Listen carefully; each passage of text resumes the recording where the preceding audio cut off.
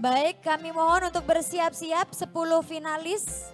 Fahmi Agung Maulana, Muhammad Hoiri, Durotul Firdaus, Syarifuddin Mustafa, Najma Syafira, Laili Mafiroh, Rizky Abdullah Putra, Muhammad Rizky dan juga Irsyad Fauzi, Arif Hermawan dan Edwin Julianto. Kami mohon kepada para dewan juri, Mas Naudi Valdrino selaku Board and Advisor Foxpol Creative Agency. Kemudian Ibu Sri Safitri, Head of Education Ecosystem Telkom Indonesia. Berikutnya Mbak Anda Sapardan, Gender Equality Advisor Council at G7 dan juga merupakan Expert and Board Member, silakan. Dan terakhir ada Mas Rayi Pradono, Talent Ecosystem Manager at Huawei. Berkenan untuk mengambil posisi dan menempatkan diri di depan.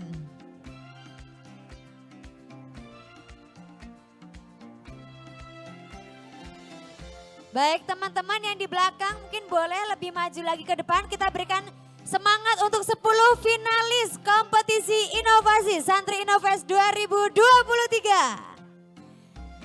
Baik, para finalis apakah sudah siap? Mana nih finalisnya 10 orang sudah siap? Sudah deg-degan juga ya. Nanti untuk waktu presentasinya dibatasi, setiap finalis hanya 5 menit. Ya, jadi waktu untuk presentasi para finalis hanya 5 menit. Ya, tidak lebih. Jadi teman-teman, untuk para finalis diperhitungkan waktunya, jangan sampai berlebih, nanti akan ada pengurangan nilai jika berlebih waktunya. Baik, terima kasih atas hadirnya para dewan juri. Kami persilakan untuk menempatkan diri di depan. Ada Mas Rayi Pradono selaku Talent Ecosystem Manager at Huawei. Berikutnya juga ada Mbak Anda Sapardan, selamat datang Mbak. Selaku Gender Equality Advisor Council at G7, Expert and Board Member. Berikutnya ada Ibu Sri Safitri, selamat datang Ibu, Head of Education Ecosystem Telkom Indonesia. Nah, ini para 10 finalis sudah siap semuanya? Angkat tangannya 10 orang boleh? Nah, ini sudah siap ya. Saya mau cek dulu nama-namanya apakah benar-benar sudah hadir. Ingat waktu presentasinya hanya 5 menit ya. Nanti untuk dewan juri boleh untuk menanggapi 1 sampai 2 pertanyaan setiap finalis ya. Fahmi Agung, mana Fahmi Agung? Hadir. Muhammad Hoiri. Oke. Durotul Firdaus. Sudah hadir. Syarifuddin Mustafa. Sudah hadir. Najma Syafira Laili Mafiroh. Najma sudah hadir, baik. Rizky Abdullah Putra. Oke. Muhammad Rizky. Berikutnya Irsyad Fauzi. Oke. Arif Hermawan. Arif Hermawan. Oke, belum. Oke, baik, masih dalam perjalanan. Edwin Julianto. Baik, 9 orang sudah hadir.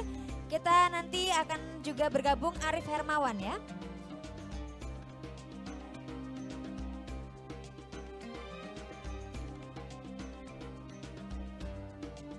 Baik.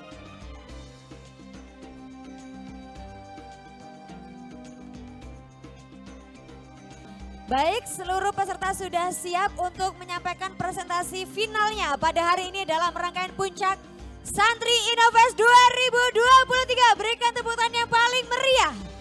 Semangat untuk 10 besar kita. Dari 350 lebih ya peserta yang submit. Ini luar biasa. Kita konversi dan hari ini kita mendapatkan 10 orang terbaik. Langsung saja saya panggilkan untuk finalis pertama. Please welcome Fahmi Agung Maulana.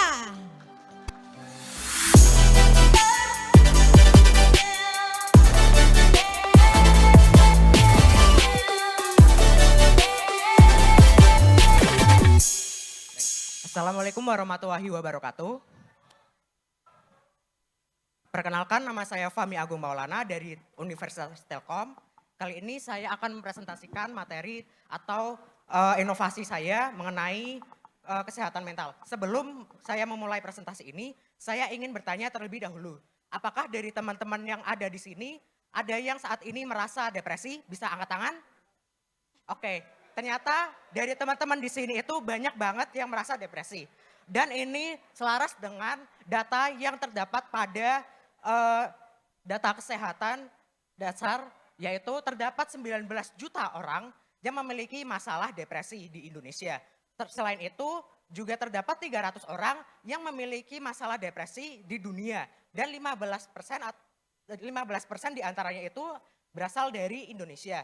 Dan lebih mirisnya lagi, dari 15 orang tersebut terdapat remaja yang masih usianya itu rentang antara dewasa, dan dia itu udah memiliki ide untuk bunuh diri dan juga ide untuk menyakiti dirinya sendiri. Hal ini terjadi karena dari mereka sendiri itu belum aware dengan adanya kesehatan mental. Selain itu dari lingkungannya juga suka sekali memberikan stigma dan juga diskriminatif terhadap orang-orang yang memiliki masalah mental. Hal ini mengakibatkan orang-orang yang memiliki permasalahan mental dapat merasa takut untuk bercerita dan juga merasa takut untuk mendapatkan solusi dari orang-orang sekitarnya. Karena mereka takut dijudge dan juga didiskriminasi oleh masyarakat dan juga oleh keluarganya sendiri. Oleh karena itu, saya menciptakan aplikasi bernama Strongest. Aplikasi Strongest merupakan aplikasi yang dapat berjalan dengan pengguna itu menggunakan secara anonim. Dari sini kita menggunakan teknologi AR dan juga Artificial Intelligence. Untuk teknologi AI sendiri, kita bisa lihat di sini bahwa terdapat konsultan berupa chat, konsultasi berupa chatbot. Ini menggunakan basis natural language processing, berupa kita dapat curhat dengan AI dengan mudah sehingga kita tidak diketahui privasinya, dan orang yang memiliki permasalahan kesehatan mental dapat curhat secara langsung tanpa takut diketahui masalahnya oleh publik. Selain itu di sini juga terdapat fitur augmented reality. Augmented reality ini kita dapat menggunakan filter berupa video dan juga suara, sehingga orang-orang saat konsultasi dengan psikolog itu kita bisa berkonsultasi tanpa takut privasinya itu terbongkar. Nah, selain dari fitur-fitur tadi, kita juga terdapat fitur-fitur seperti mediasi, motivasi, dan juga analisis mood. Mediasi dan motivasi ini dapat berupa ayat-ayat Al-Quran dan juga dapat berupa podcast. Nah, sementara untuk bagian mood analisis ini, setiap pengguna yang menggunakan aplikasi dapat dianalisis moodnya sehingga aplikasi itu dapat memberikan rekomendasi berupa quotes dan juga rekomendasi mediasi, motivasi yang sekiranya cocok untuk mereka. Ini menggunakan teknik data analis dan juga data science. Next, untuk kenapa kita harus menggunakan aplikasi Strongest ini, kenapa kalau orang yang memiliki permasalahan kesehatan mental tidak langsung curhat ke psikolog, kenapa malah kita disuruh untuk mendownload aplikasi? Jawabannya adalah karena aplikasi ini berjalan secara anonim. Seperti yang saya katakan tadi, orang-orang yang memiliki permasalahan kesehatan mental, dia takut untuk curhat kepada orang-orang di sekitarnya. Oleh karena itu, kami menggunakan basis anonim. Selain itu, untuk pengembangan aplikasinya sendiri, kita menggunakan teknologi-teknologi terbaru berupa AR dan juga augmented reality. Teknologi ini pastinya tidak akan kalah berkembang untuk beberapa tahun ke depan. Selain itu juga untuk implementasian dari augmented reality dan juga AI ini juga bisa dibilang gampang. Kenapa saya bilang gampang? Mungkin dari orang-orang yang ada di sini bertanya, padahal ini kan teknologi terbaru, untuk implementasinya pasti akan sulit. Tapi menurut saya implementasinya justru akan gampang karena sekarang ini sudah berkembang banyak AI yang begitu canggih. Misalnya kalau kita gagal melakukan implementasi, kita bisa mengintegrasikan aplikasi kita dengan ChatGPT ataupun ber-AI atau dengan AI yang lainnya yang sudah berkembang saat ini. Nah, dari aplikasi yang saya ceritakan tadi, saya sudah melakukan testing kepada 5 orang dan dari 5 orang tersebut rata-ratanya mendapatkan skor 4,5 dari 5. eh, dan mereka merasakan bahwa aplikasi yang saya gunakan ini berguna dan bermanfaat bagi mereka. Mulai dari tampilan interface-nya, flow-nya juga mudah dipahami sehingga mereka yang memiliki permasalahan mental dapat mendapatkan solusinya. Untuk prototipenya sendiri bisa dilihat seperti ini. Kita juga dapat mengaksesnya pada link berikut. Oke. Mungkin sekian presentasi dari saya. Apabila ada kesalahan, mohon dimaafkan. Sekali lagi bersama Strongest, second chance your life. Baik, terima kasih Mas Fahmi Agung. Berikutnya tanggapan dari juri, silahkan. Ibu Sri, baik silahkan Ibu. Boleh dibantu mikrofonnya Mas?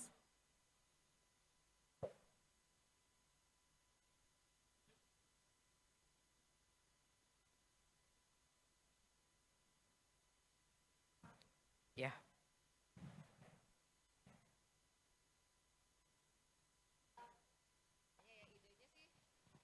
Idenya sudah disampaikan dengan bagus gitu ya, permasalahannya juga sudah clear.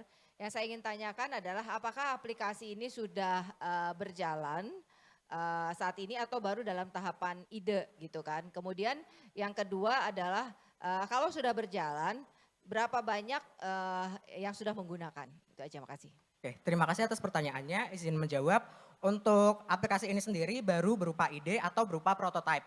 Kenapa kita belum mengembangkan sampai tahap launching? Karena di sini inovasinya itu berupa individual. Jadi saya kira kalau saya sampai launching itu, saya perlu melakukan kolaborasi dengan orang-orang yang ahli seperti di AI engineer ataupun di ML engineer dan juga dengan software engineer-nya. Sehingga untuk tahap saat ini kita hanya berupa bentuk prototype. Namun untuk prototype itu sendiri sudah bisa dilakukan testing seperti yang tadi dilihat di presentasi. Makasih. Boleh satu lagi dari juri, kita masih punya waktu. Mbak Anda silahkan. Iya, kalau saya lebih dari sisi kontennya sih, substansinya gitu. Saya cuma pengen tanya aja, ini untuk risk mitigationnya gimana? Siapa subject matter expertnya? Karena nih kita ngomong mengenai kesehatan mental. Juga tadi memakai standar pelayanan medis apa untuk generatif AI-nya gitu. Karena itu kan jadi satu hal yang sangat penting ya, jangan sampai kita menjawabnya ngasal, apalagi nih orang-orang yang sudah dengan apa namanya dia mungkin galau dan segala macam gitu. Jadi lebih ke mungkin bukan hanya teknologinya aja, kebetulan saya punya background di teknologi juga dan di kesehatan. Jadi selain teknologi mungkin juga harus dipikirin sama Mas Fahmi tadi adalah substansinya gitu, healthcare-nya sendiri, subject matter expertnya bekerja sama dengan siapa, dan kalau kamu bekerja sama dengan orang yang memang sudah ahli, itu akan lebih cepat memboost produk kamu. Itu aja sih dari saya. Oke, izin menjawab dan izin konfirmasi ya. Tadi berarti pertanyaannya itu expert yang ada di aplikasi ya? Oke, untuk Kesehatannya ya. ya, untuk expert di bagian kesehatannya itu kita bekerja sama dengan psikolog. Seperti tadi yang ada di prototype, kita itu sebenarnya curhat ke psikolog, cuma psikolognya itu anonim. Jadi psikolog itu nggak tahu kita siapa dan kita juga nggak tahu psikolognya itu siapa. Kita tahu psikolognya siapa, cuma kita nggak tahu wajah mereka itu bagaimana kayak gitu. Lalu untuk bagian generatif AI-nya sebenarnya itu tergantung dari model yang kita ciptakan. Semisal kita menggunakan model-model atau basis datanya itu dari psikolog, kita pasti bisa menciptakan AI yang sesuai dengan kesehatan itu sendiri. Terima kasih. Ada tanggapan? Silahkan. Silakan. Mas Rai. Oke, terima kasih Fahmi ya dari Telkom. Ya. Oke, dulu saya dosen, jadi saya biasa bantai orang. Oke, jadi gini, ini bagus, oke lah, bagus lah. Tapi tadi beberapa pertanyaan sudah sama dengan Bu Nanda tadi ya. Jadi sebetulnya kalau kita bicara tentang ada solusi seperti itu, harus ada di belakangnya sudah data yang bagus untuk bisa nanti menjadi referensi bahwa betul apa yang sudah disampaikan itu akurat ya. Pertama di sini memang kelihatannya karena terlalu cepat ya, karena waktunya pendek tidak bisa menjelaskan bagaimana caranya untuk bisa mendapatkan satu hasil, kemudian akurasinya seperti apa dan sebagainya. Itu yang perlu mungkin kalau dijelaskan, mungkin saya juga belum tahu gimana caranya nanti ya. Kemudian saya lihat ada AR juga saya lihat di sini kok saya bingung di sebelah mana ya AR-nya ya gitu ya. Kemudian yang berikutnya yang paling penting adalah tes. Saya biasa dulu saya jadi dosen, saya selalu bicara tentang tes. Tes itu kalau kita bicara tentang bagaimana mengukur kesehatan mental, kenapa tesnya kok kepuasan pengguna? Harusnya tesnya adalah tes datanya. Bagaimana akurat apa tidak dan sebagainya seperti itu ya. Terima kasih. Oke, izin menanggapi ya Kak. Untuk bagian AR-nya itu sendiri sebenarnya saya berupa filter gitu Kak. Jadi untuk di bagian video konsultasinya itu kita menggunakan filter berupa augmented reality-nya atau berupa animasi gitu. Jadi seperti virtual background di Zoom gitu. Tapi bukan background-nya saja tapi juga mukanya juga gitu. Terus untuk masalah testing, saya setuju banget untuk yang tadi Bapak bilang, tapi menurut saya kepuasan juga termasuk bagian dari testing karena mereka itu puas atau tidak solusi yang saya tawarkan itu tadi. Jadi semisal mereka puas, maka berarti solusi yang saya tawarkan itu sudah menjadi benar-benar solusi untuk permasalahan yang mereka alami. Terima kasih. Baik, terima kasih untuk pemaparan pertama Mas Fahmi Agung dari Universitas Telkom Pekalongan, Jawa Tengah.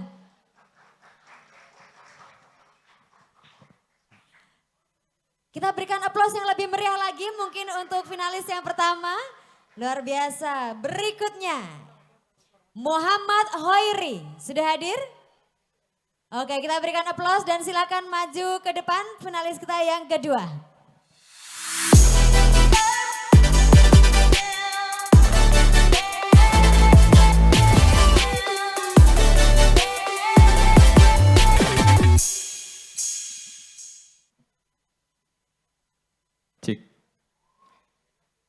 Indonesia merupakan negara Islam terbesar, tapi nyatanya suka melanggar hukum. Buktinya korupsi, degradasi moral juga nomor 1. Assalamualaikum warahmatullahi wabarakatuh.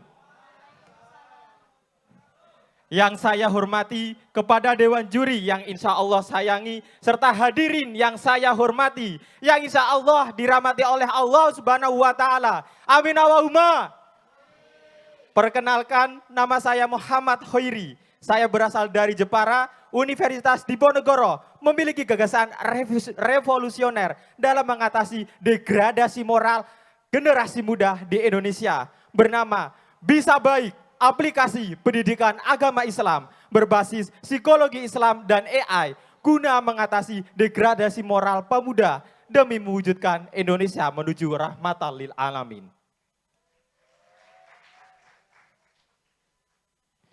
Degradasi moral seolah-olah menjadi sahabat kita.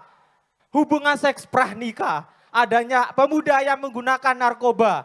Dan di Jakarta, menurut data yang ada, tahun 2023 di Jakarta 90% tawuran pelakunya adalah pemuda. Seolah-olah ini menjadi pertanyaan yang mendasar, menjadi problema yang mendasar yang harus kita bantu, yang harus kita cegah untuk mewujudkan Indonesia emas yang tidak hanya berfokus pada finansial, namun juga berfokus pada perbaikan moral. Dampak negatif degradasi moral merupakan hal yang sangat masif dan komprehensif yang kita rasakan. Ada beberapa kerusakan yang kita tahu dalam masa sekarang, yaitu tatanan sosial dan budaya.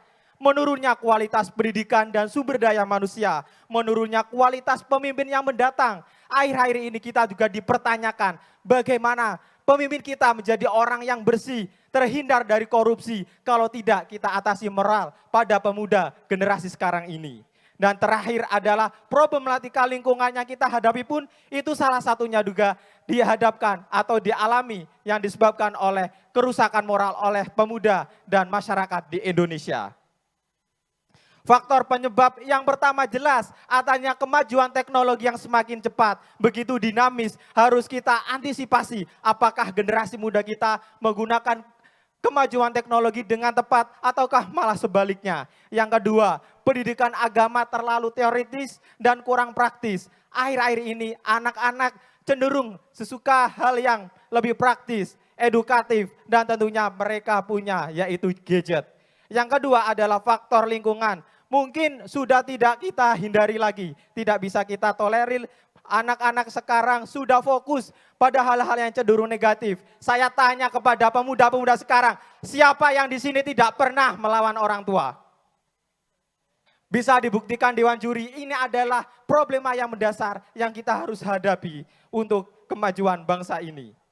Aplikasi bisa baik menjadi tonggak yang penting mencapai Indonesia yang mewujudkan rahmatal yang alamin menggunakan psikologi Islam, tidak hanya psikologi barat, tapi kita juga mendukung generasi muda kita untuk taat kepada Tuhan. Yang pertama, ada beberapa fitur di aplikasi ini, ada 12. Namun saya akan menjelaskan keempat saja yang menjadi fitur unggulan. Adanya kelas agama. Di sini pemuda atau generasi akan diajarkan antara moralitas di rumah, di masyarakat, dan di lingkungan sekolah dan berteman. Agar kita tahu mana hal yang baik dan mana yang buruk yang harus kita jalani maupun kita hindari. Yang kedua ada fitur tanya Pak Ustadz. Mungkin akhir-akhir ini pemuda juga membutuhkan seseorang yang tepat. Tidak hanya psikolog, tapi juga ustadz untuk mengembalikan kita. Untuk tidak hanya perbaikan masalah sosial, juga perbaikan moral. Yang selanjutnya adalah konsultasi. Kita bisa datang ke rumah Pak Ustadz dengan adanya fitur konsultasi. Dan selanjutnya adalah sahabat baik. Database sahabat baik bisa dipertanyakan. Akhir-akhir ini PBNU juga mengharamkan yang namanya AI. Namun adanya AI yang dapat diketahui di mana data ini diambil menjadi pendorong kita untuk data ini menjadi lebih dapat dipercaya.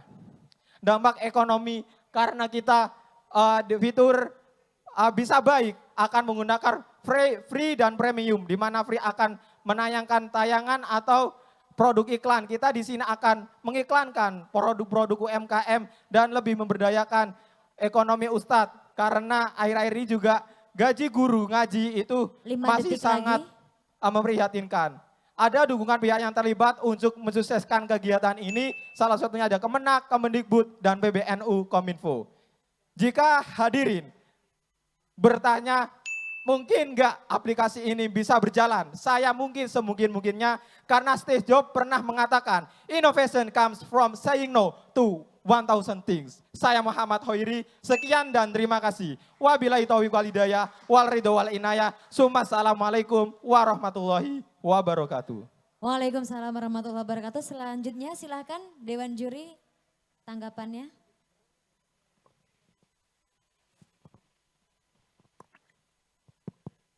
Baik, terima kasih Mas Koiri. Saya apresiasi tadi slide yang dipaparkan efektif, cukup bagus. Pertanyaan saya, permasalahan dari aplikasi bertema edukasi itu adalah konsistensi dari pemakainya. Jadi kadang-kadang suka dipakai 1 kali, 2 kali, habis itu lupa. Apa yang membedakan bisa baik dengan aplikasi lainnya sehingga para pengguna khususnya anak-anak muda, para santri bisa terus memakai aplikasi ini. Terima kasih. Baik, terima kasih pertanyaan Dewan Juri. Ini kita akan berusaha untuk bekerja sama dengan Kemendikbud untuk aplikasi ini bisa diintegrasikan melalui kurikulum pendidikan agama Islam seperti itu. Sehingga nanti bisa digunakan oleh generasi-generasi muda secara sustain dan berkesinambungan seperti itu.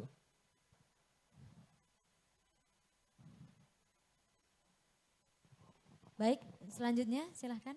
Ibu Mas Sri. Hoiri luar biasa semangatnya, tepuk tangan dulu nih buat Mas Hoiri ini.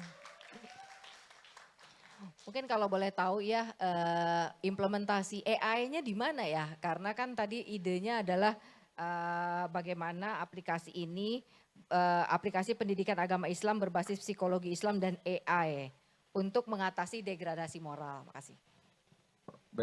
Baik, terima kasih. Nah, ini ada fitur AI yang bernama Sahabat Baik, di mana fitur ini bisa bertanya mengenai apa yang diresahkan. Karena menurut saya sendiri, yang seperti dikatakan oleh Mas Fahmi juga, krisis mental itu sejatinya tidak hanya disebabkan oleh mental seseorang itu sendiri, tapi bagaimana pemuda itu bisa berkembali kepada jalan yang benar. Sehingga dengan adanya fitur curhat AI ini, kita juga bisa menemukan data dari mana sih ini bisa diambil? Seperti pada ini ada hyperlink yang bisa diklik dan akan melanjutkan ke situs berikutnya di mana jawaban ini didapatkan, seperti itu. Baik, selanjutnya dari Dewan Juri ada tanggapan lagi atau cukup? Silahkan Mbak Ana.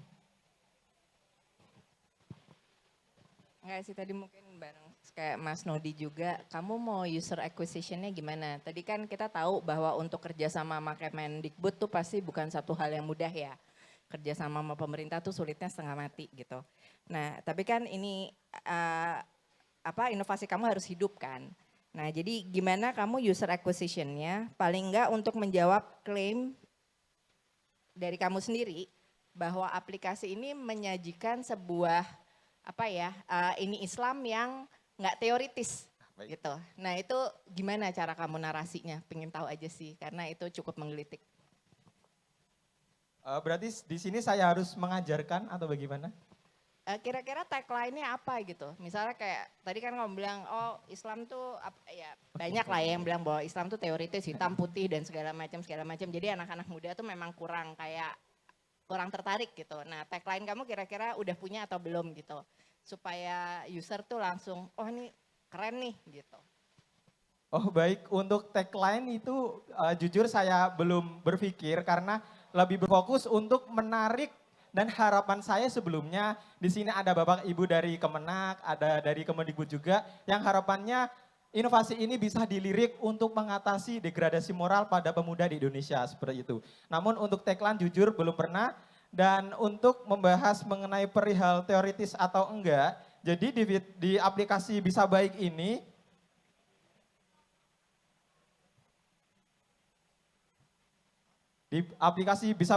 ada pelajaran atau pengajaran yang mengajarkan pemuda-pemuda itu bagaimana sih moral yang harus kita implementasikan di rumah. Jadi misal ini ada untuk kelas 2, ada topik di rumah, di masyarakat, berteman.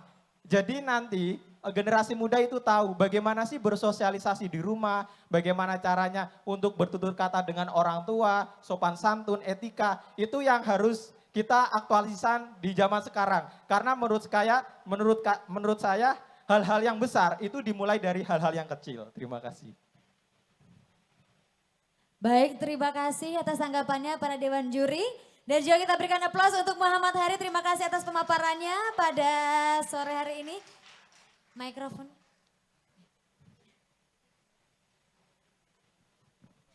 Baik, kita masih punya 8 finalis lagi yang masih deg-degan ya. Berikutnya adalah Durratul Firdaus.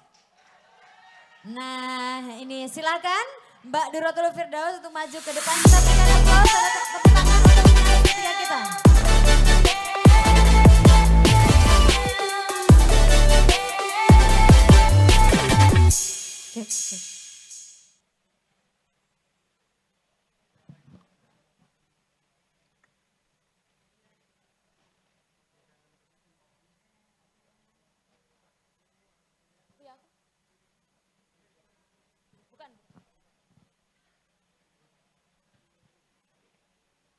Yang orange, PPT-nya yang orange.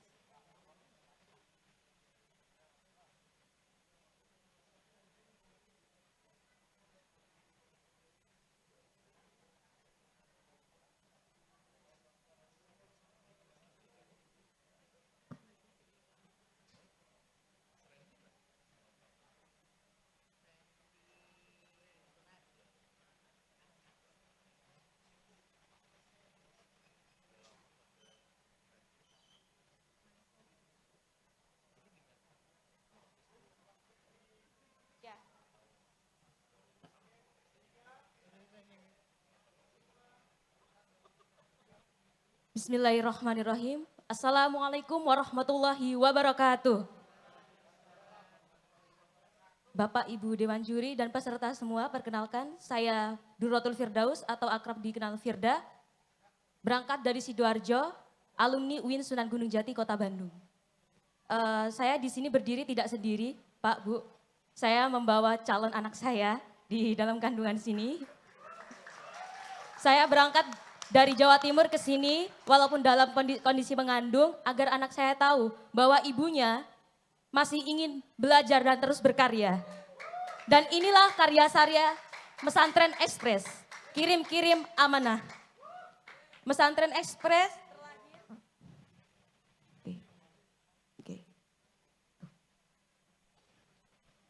Pesantren Express terlahir karena beberapa masalah. Yang pertama, banyak pesantren yang jauh dari jasa logistik, jasa ekspedisi. Sehingga terhambatnya distribusi logistik kebutuhan santri. Kedua, banyak pesantren yang menerapkan aturan santri tidak boleh membawa HP seluler. Sehingga kadang kebutuhan mendadak santri misalkan beli makanan, beli kebutuhan santri itu kadang juga ada yang bingung gitu. Harus ke ketua asramanya atau ke ketua pondoknya seperti itu. Ketiga, banyak santri juga yang misalkan mau liburan atau berlibur karena kegiatan mendadak dari misalkan masalah keluarga, itu bingung untuk menitipkan barang-barangnya secara aman. Nah, di sini ada Mesantren Express. Pesantren Express akan ada beberapa layanan.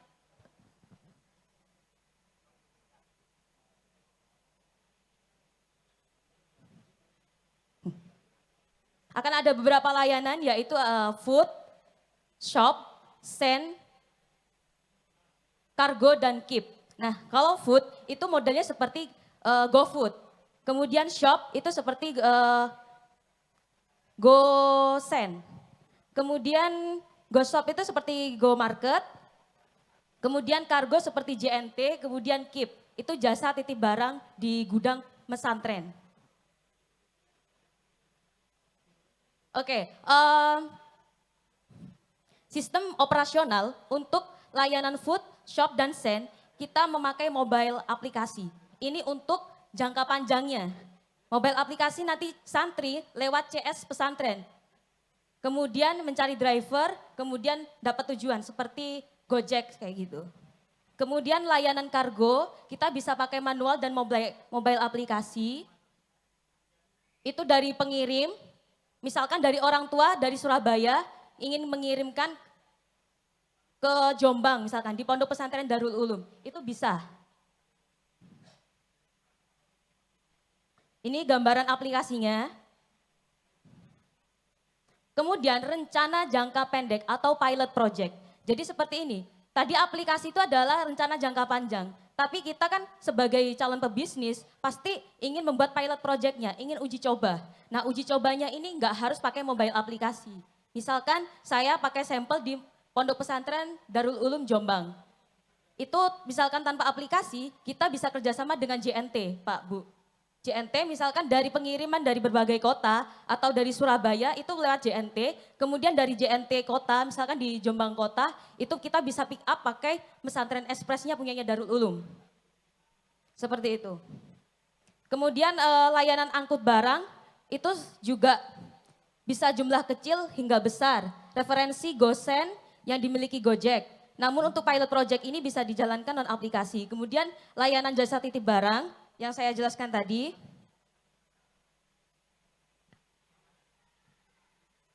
Oke, ini bisnis model kanvasnya. Partner kita pakai JNT, kemudian value-nya kita produknya beragam, pick up service, diskon, kecepatan, keamanan, kemudian staf pelayanan yang ramah dan komunikatif. Kemudian channels-nya kita ada kantor, gudang penyimpanan barang dan juga media sosial. Kemudian revenue stream, kita pakai penetapan harga, misalkan kita kerjasama dengan JNT. JNT 1 kilo 13.000 misalkan 1 kilo. Nah kita ngambil 10% berarti 1.300 per kilo. Andaikan dalam 1 hari ada 500 kilo berarti tinggal mengalikan aja. Itu untuk yang layanan kargo antar kota. Kemudian non operasional kita pakai investasi. 10 detik lagi. Oke. Ini proyeksi bisnisnya yang barusan saya jelaskan. Oke, mungkin itu saja, bisa dilanjut di sesi tanya jawab saja Bu. Terima kasih, wassalamualaikum warahmatullahi wabarakatuh. Waalaikumsalam warahmatullahi wabarakatuh. Selanjutnya silakan juri. Silakan untuk tanggapan dari dewan juri.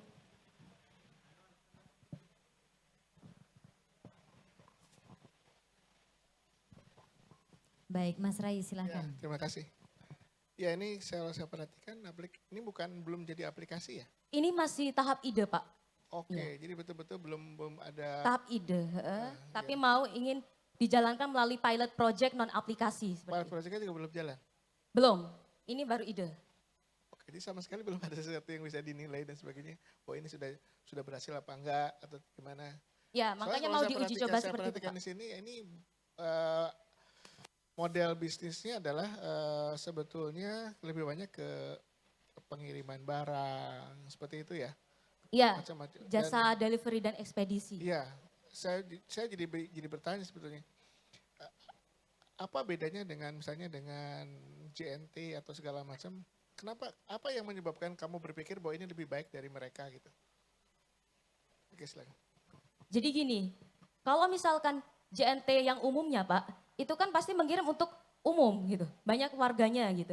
Kalau usus pesantren, kita bisa mengkolektifkan untuk pesantren saja. Karena pesantren kadang pesantren jumlah ribuan santri Pak. Kadang itu ya kalau misalkan dari pondok pesantren Darul Ulum aja, yang tempat saya di Jombang, lanjut. Ya silakan Oke. untuk tanya. Iya itu dari drop point JNT itu terdekat itu ada di Jombang Kota. Dan ke Darul Ulum Peterongan itu lumayan agak jauh Pak. Kalau misalkan satu hari itu ada pengiriman untuk 1.000 santri, itu kadang sering saya tahu gitu. Beberapa santri itu telat kayak gitu. Ya, oke. Jadi maksud saya terusin sedikit ya pertanyaannya. Jadi sebetulnya ini lebih banyak ke untuk internal toh, bukan untuk eksternal. Karena kalau gini, kalau logikanya, kalau kita bicara bisnis, kalau ini menggunakan jasa lain dan kemudian pakai Darul Ulum, harusnya harganya lebih mahal daripada yang normal. Kalau saya jadi ikutan di situ, saya akan lebih baik pakai JNT aja. JNT juga bisa pakai pelosok kok, nggak ada masalah. Harganya sama Pak. Jadi gini, kita kerjasama pakai dengan JNT-nya Pak. Jadi kita jasa kurirnya dari pesantren, bekerja sama dengan ekspedisi yang ada. Tapi untuk mempercepat Pak. Tahu dari mana yang lebih cepat?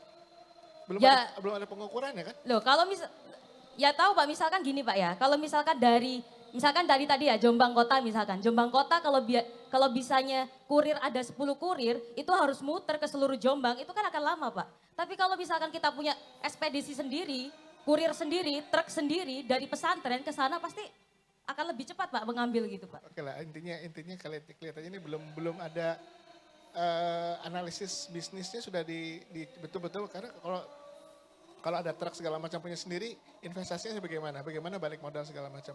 Ini harus dipikirin. Oh iya Pak, iya. Baik, satu lagi boleh? Saya setuju sama Pak Rai. Mungkin pertanyaan saya adalah, kalau kita mau buat bisnis kan kita harus lihat 5-10 tahun ke depan. Dalam artian ketahanan bisnis kita seperti apa. Kalau tadi Mbak Firda bilang, ini mungkin kalau di kepala saya masuknya jadi kayak semacam agregator barang, nanti barangnya dikasih lagi ke JNT gitu.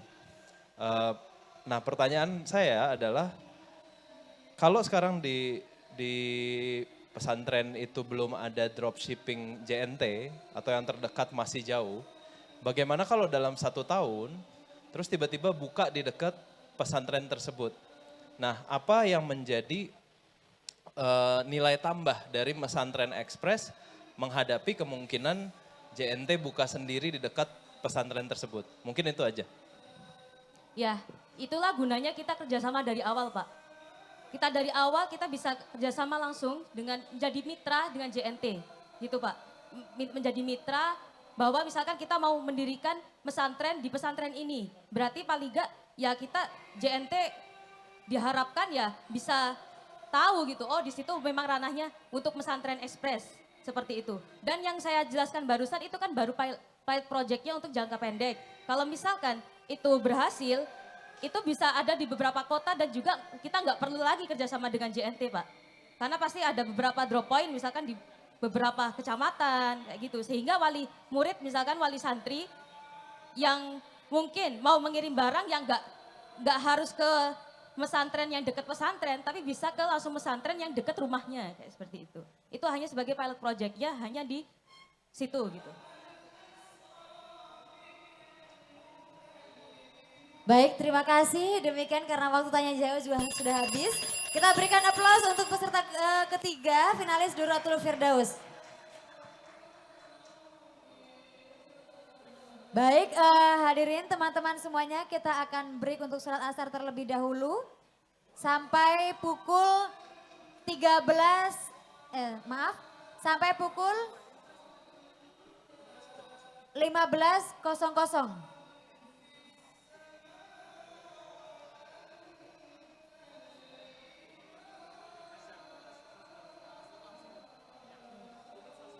Baik, kita akan kembali lagi 10 menit setelah sholat asar ya. Karena setelah ini juga nanti masih akan ada lanjutan presentasi dari para finalis. Berikut juga nanti akan hadir bersama kita Menteri Pariwisata dan juga Ekonomi Kreatif Bapak Sandiaga Salahuddin Uno. Dan satu lagi untuk teman-teman peserta semuanya santri dan juga santriwati. Nanti akan ada 4 Syarifuddin Mustafa. Oke silakan, oke sudah maju. 5 menit waktunya untuk presentasi.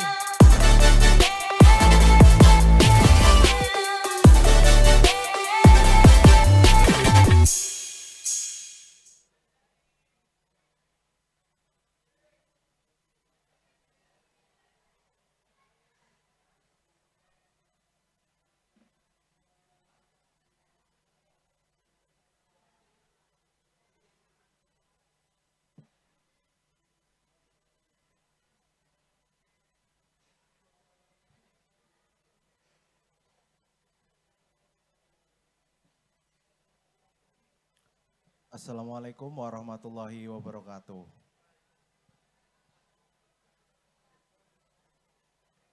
Indonesia menghasilkan 7 juta ton pisang per annum.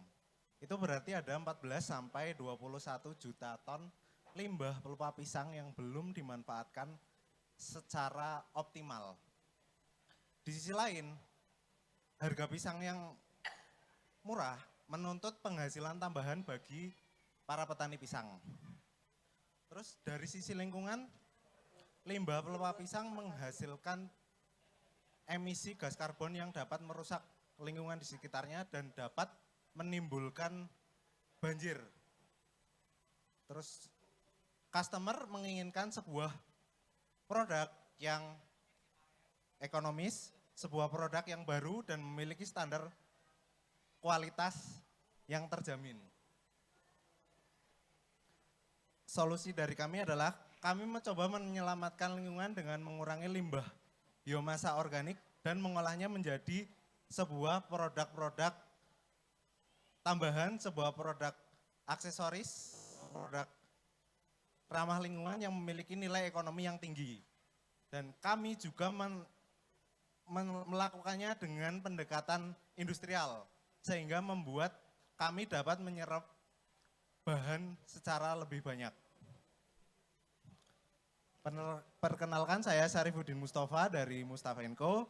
Kami adalah sebuah brand yang mengubah biomasa pelupa pisang menjadi sebuah biomaterial baru dengan pendekatan industrial.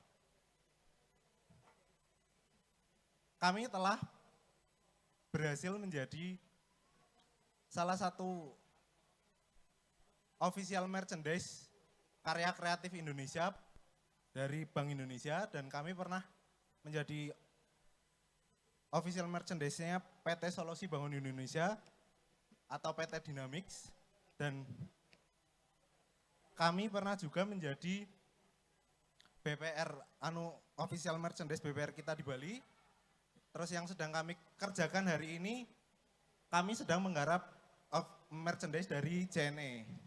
Dan di samping itu kami juga pernah berkolaborasi dengan beberapa private label seperti Rajuta Bambu, House of Distro, dan Kayune Dewe. Terus selain itu, di samping proyek-proyek yang telah berjalan, kami sedang mengembangkan produk kami dan diajak oleh salah satu brand terkenal di Indonesia, brand footwear, untuk mengembangkan insole dari sebuah bahan ini. Itu proyek jangka panjangnya. Dan dampak yang kami hasilkan dari proyek ini, secara ekonomi adalah kami berhasil memberi tambahan penghasilan pada petani pisang hingga 2.500.000 per bulan. Terus dampak sosial yang kami berikan adalah kami memberdayakan santri atau mengajari santri yang sedang dalam masa pengabdian untuk mempunyai skill kerajinan seperti menjahit atau menganyam. Terus di sisi lingkungan tentu kami telah berhasil mengurangi dampak banjir, mengurangi emisi gas karbon yang diakibatkan oleh limbah pelepah pisang. Dan ini tim kami 2 orang, saya foundernya Syarifuddin Mustafa dan teman saya Ahmad Miftahudin. Berdua kami mempunyai pengalaman lebih dari 15 tahun di industri kerajinan dan di industri coating. Terima kasih. Wassalamualaikum warahmatullahi wabarakatuh.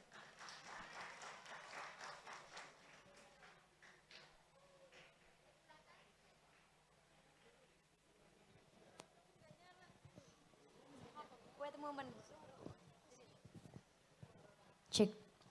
Baik, terima kasih Mas Syarifuddin. Selanjutnya silakan tanggapan dari juri. Mungkin boleh 1 tanggapan saja, kita mohon izin untuk dipersingkat. Silakan, Bu Sri. Terima kasih Mas Syarifuddin.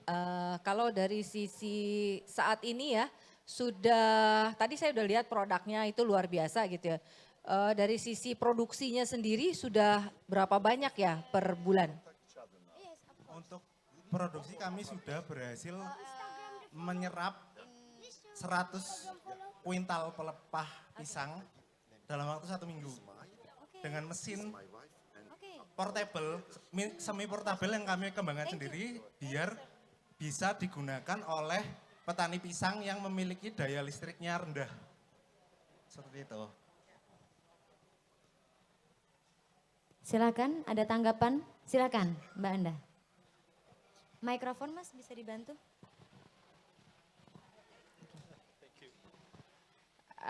Pertama-tama saya mau mengucapkan selamat sih Mas. Jujur ini menurut saya inovasi yang tepat guna.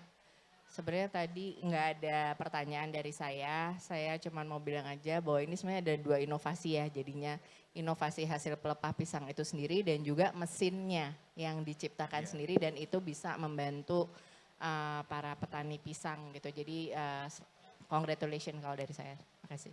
Terima kasih. IP-nya siapa yang punya Mas? Untuk mesin?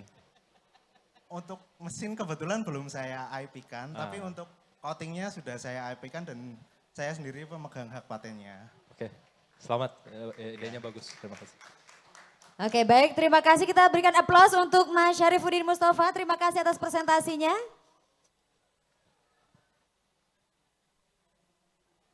Baik, kita beralih ke finalis berikutnya. Najma Syafira Laili Mafiro. Kita berikan tepuk tangan yang paling meriah.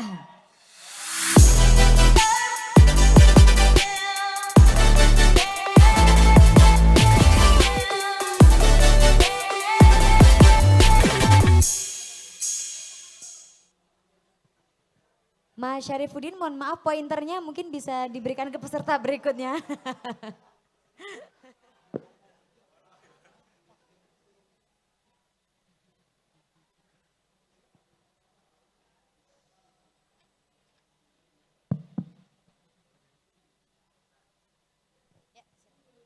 Assalamualaikum ya ahi ya uhti, salam salam wahai saudaraku, semoga Allah memberkahimu, salam salam wahai semua, semoga hidup jadi bahagia.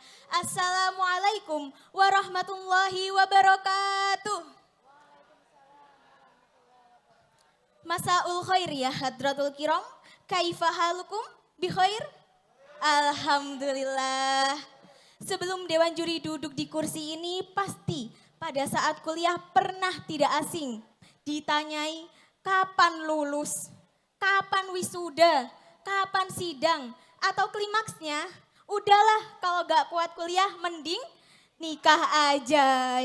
Padahal Nabi Muhammad SAW bersabda, "Fa innama ahlakal ladina man qablahum kasratu masailihim wa ikhtilafhum ala anbiya'ihim." Sesungguhnya orang-orang sebelum kalian binasa karena banyak bertanya dan berselisih dengan para nabi. Hadis riwayat Bukhari dan Muslim. To avoid those questions, we need to address the main problem. What is it? Yup, procrastination. Procrastination is the act of delaying work which can lead to delayed graduation. So, Bapak Ibu sekalian, perkenankan saya Najma Syafira Laili Mafiroh dari MAN 1 Kota Malang untuk mempresentasikan cerita mahasiswa abadi aplikasi Expressive Writing Therapy dan tutor sebaya dalam strategi peningkatan self-regulation dan self-efficacy atas prokrastinasi kelulusan mahasiswa. Pendidikan tinggi memang penting untuk menunjang kesuksesan. Tapi dalam prosesnya pasti ada hambatan dan juga tantangan yang bisa menyebabkan stres. Hal ini memicu prokrastinasi. Lalu lantas bagaimana solusinya? Dulu waktu saya mondok di pesantren El Jasmin ada program surat untuk Umi. Di mana santrinya itu menulis curhat lewat surat, bebas. Hal ini terlihat biasa saja namun manfaatnya itu sangat banyak. Lalu expressive writing therapy ini terbukti bisa meningkatkan self-determination santri 4 kali uji coba pada siswa SMP.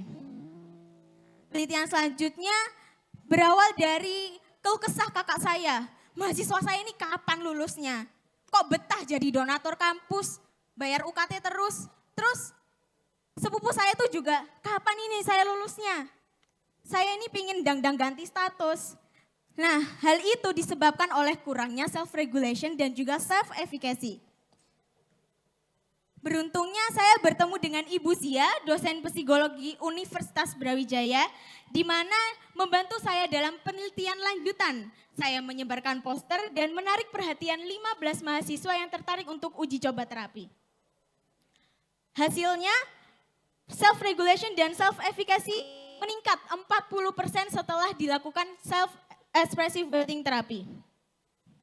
Oleh karena itu, banyak respon positif sehingga saya berinovasi aplikasi In Yourself untuk mengurangi prokrastinasi dengan fitur-fitur yang mendukung.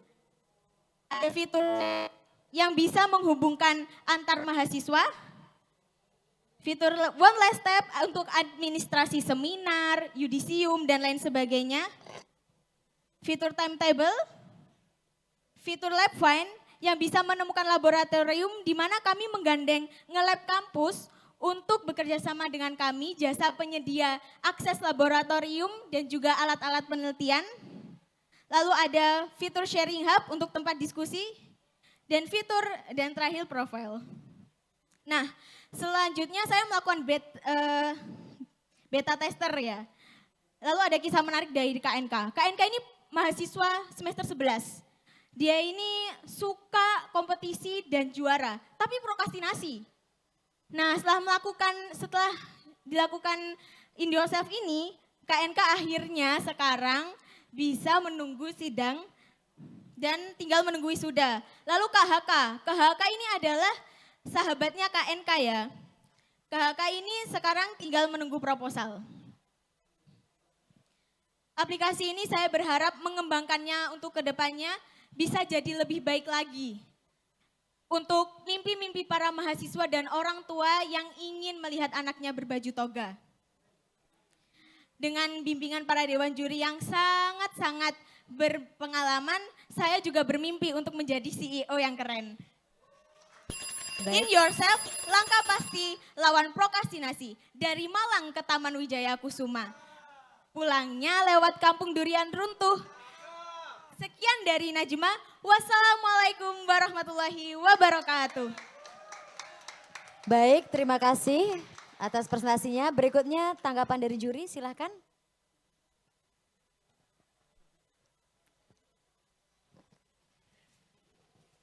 Silakan dari Bu Sri. Luar biasa ya Mbak Najma nih, tepuk tangan dulu nih, pakai pantun, pakai nyanyi gitu kan ya. Mungkin yang saya ingin tanyakan adalah saat ini aplikasinya ini sudah digunakan berapa lama dan kira-kira ke depannya mau dikembangkan ke arah mana? Ya, terima kasih untuk pertanyaannya, izin menjawab. Jadi untuk aplikasi ini memang belum launching secara ofisial ya Bu. Jadi ini masih beta tester. Untuk penggunanya itu masih sedikit ya 15 mahasiswa tadi yang daftar melalui poster dan di-share dengan Ibu Zia. Untuk kedepannya saya ingin menjalin kerjasama dengan mungkin para ahli di bidang teknik informatika untuk melakukan perbaikan di aplikasi ini. Untuk kedepannya bisa launching. Amin ya, doakan. Baik, terima kasih. Berikutnya ada lagi Mas Rai? Boleh, satu lagi. Halo. Ya, ini SMA berarti kalau mandi. Iya, betul Pak. Saya mungkin nggak banyak tanya sih, karena ini kalau ngomong terlalu jauh juga masih mahasiswa, masih SMA. Tapi secara aplikasi saya kira sudah cukup baik ya. Mungkin sudah dipikirkan nanti kalau memang mau dikembangkan lebih lanjut lagi, dipikirkan secara bisnisnya aja nanti. Kalau memang mau dipakai, saya belum tahu, mungkin nanti perlu belajar lagi lebih jauh mengenai implementasinya nanti untuk dikembangkan jauh lebih besar daripada yang sekarang ini. Karena saya yakin namanya mahasiswa ini memang betul, saya juga dulu dosen ya, memang sangat banyak orang yang menunda kelulusan ya, bukan karena tidak bisa, tapi mereka juga malas. Mungkin salah satu aplikasi ini adalah aplikasi yang mungkin bisa dipakai nanti untuk membangkitkan semangat dari sana ya. Tapi mungkin yang perlu ditambahkan sedikit adalah adanya mungkin sesuatu yang sifatnya lebih ke keilmuannya ya, artinya bagaimana caranya supaya betul-betul apa yang dibangun oleh siapa namanya tadi? Najma ini punya bobot akurasi mengenai mungkin pertanyaannya atau mungkin analisisnya dan sebagainya harus lebih baik. Itu aja ya, terima kasih. Baik, terima kasih Mbak Najma selaku finalis dan juga tanggapan dari Dewan Juri. Oh ada, silahkan Mbak Anda.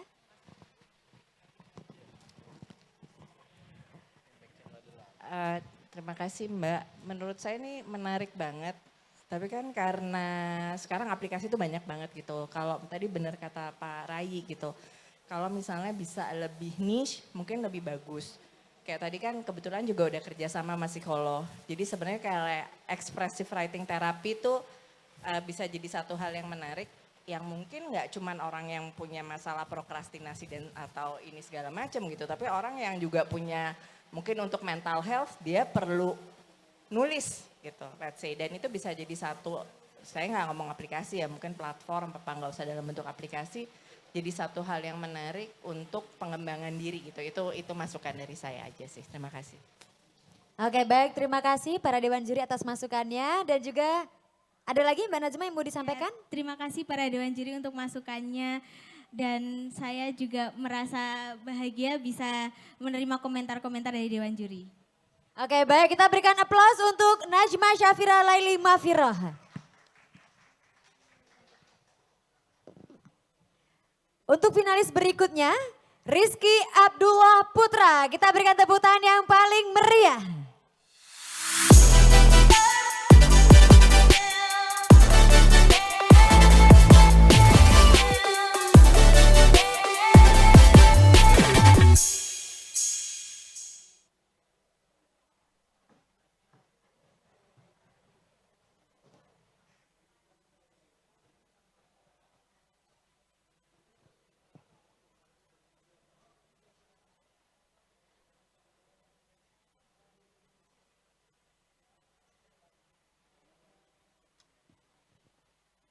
Bismillahirrahmanirrahim. Assalamualaikum warahmatullahi wabarakatuh.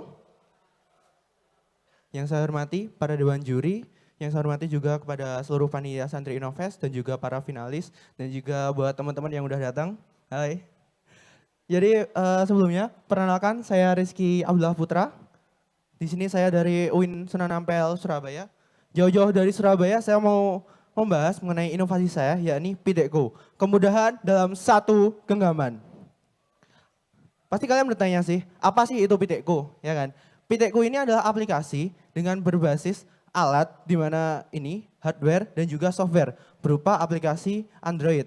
Di mana Pidekku ini digunakan untuk para peternak ayam untuk lebih mengefisiensi peternakan ayamnya dengan teknologi yang lebih modern yang dihadirkan oleh Piteko.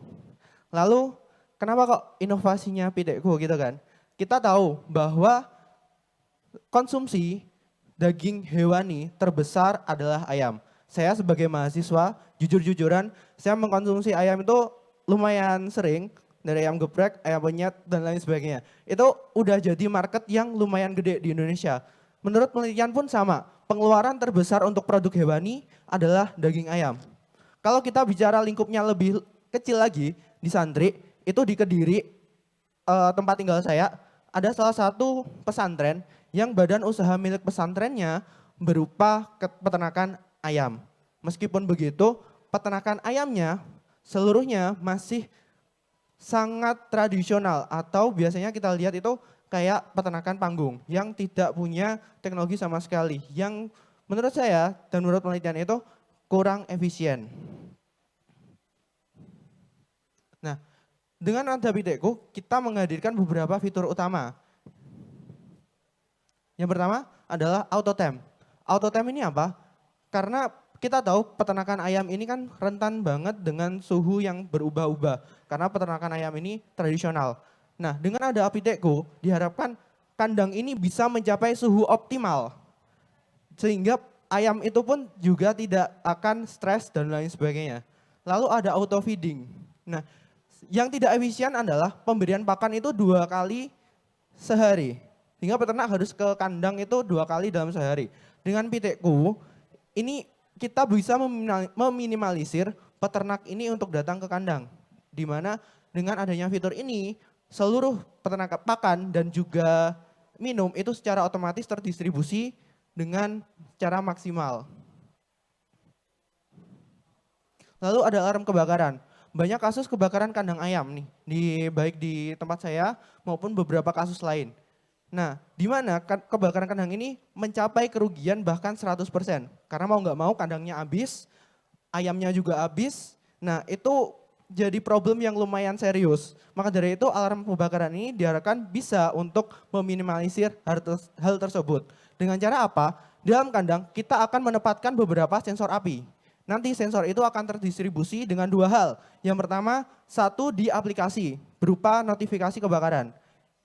Nah, yang kedua itu berupa sirine di kandang. Jadi kalaupun mungkin peternak itu jauh dari kandang, sirine itu akan memberitahukan orang-orang terdekat di kandang. Lalu schedule. Ya namanya manusia ya kadang mungkin lupa.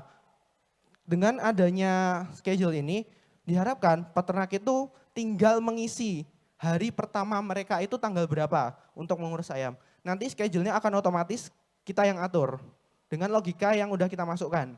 Nantinya peternak juga bisa mengubah kalau memang ini nggak sesuai dengan apa yang mereka inginkan. Contohnya scheduling apa? Vaksin, pembersihan kandang, dan lain sebagainya. Lalu ada farmer group chat. Biasanya kan peternak itu cuma mengandalkan yang namanya relasinya teman-teman terdekat. Yang satu desa atau mungkin ya tetangga. Karena pengalaman saya sendiri itu peternak biasanya cuma seperti itu. Nah, farmer group chat ini akan menyebarkan relasi dari peternak ayam ini lebih luas.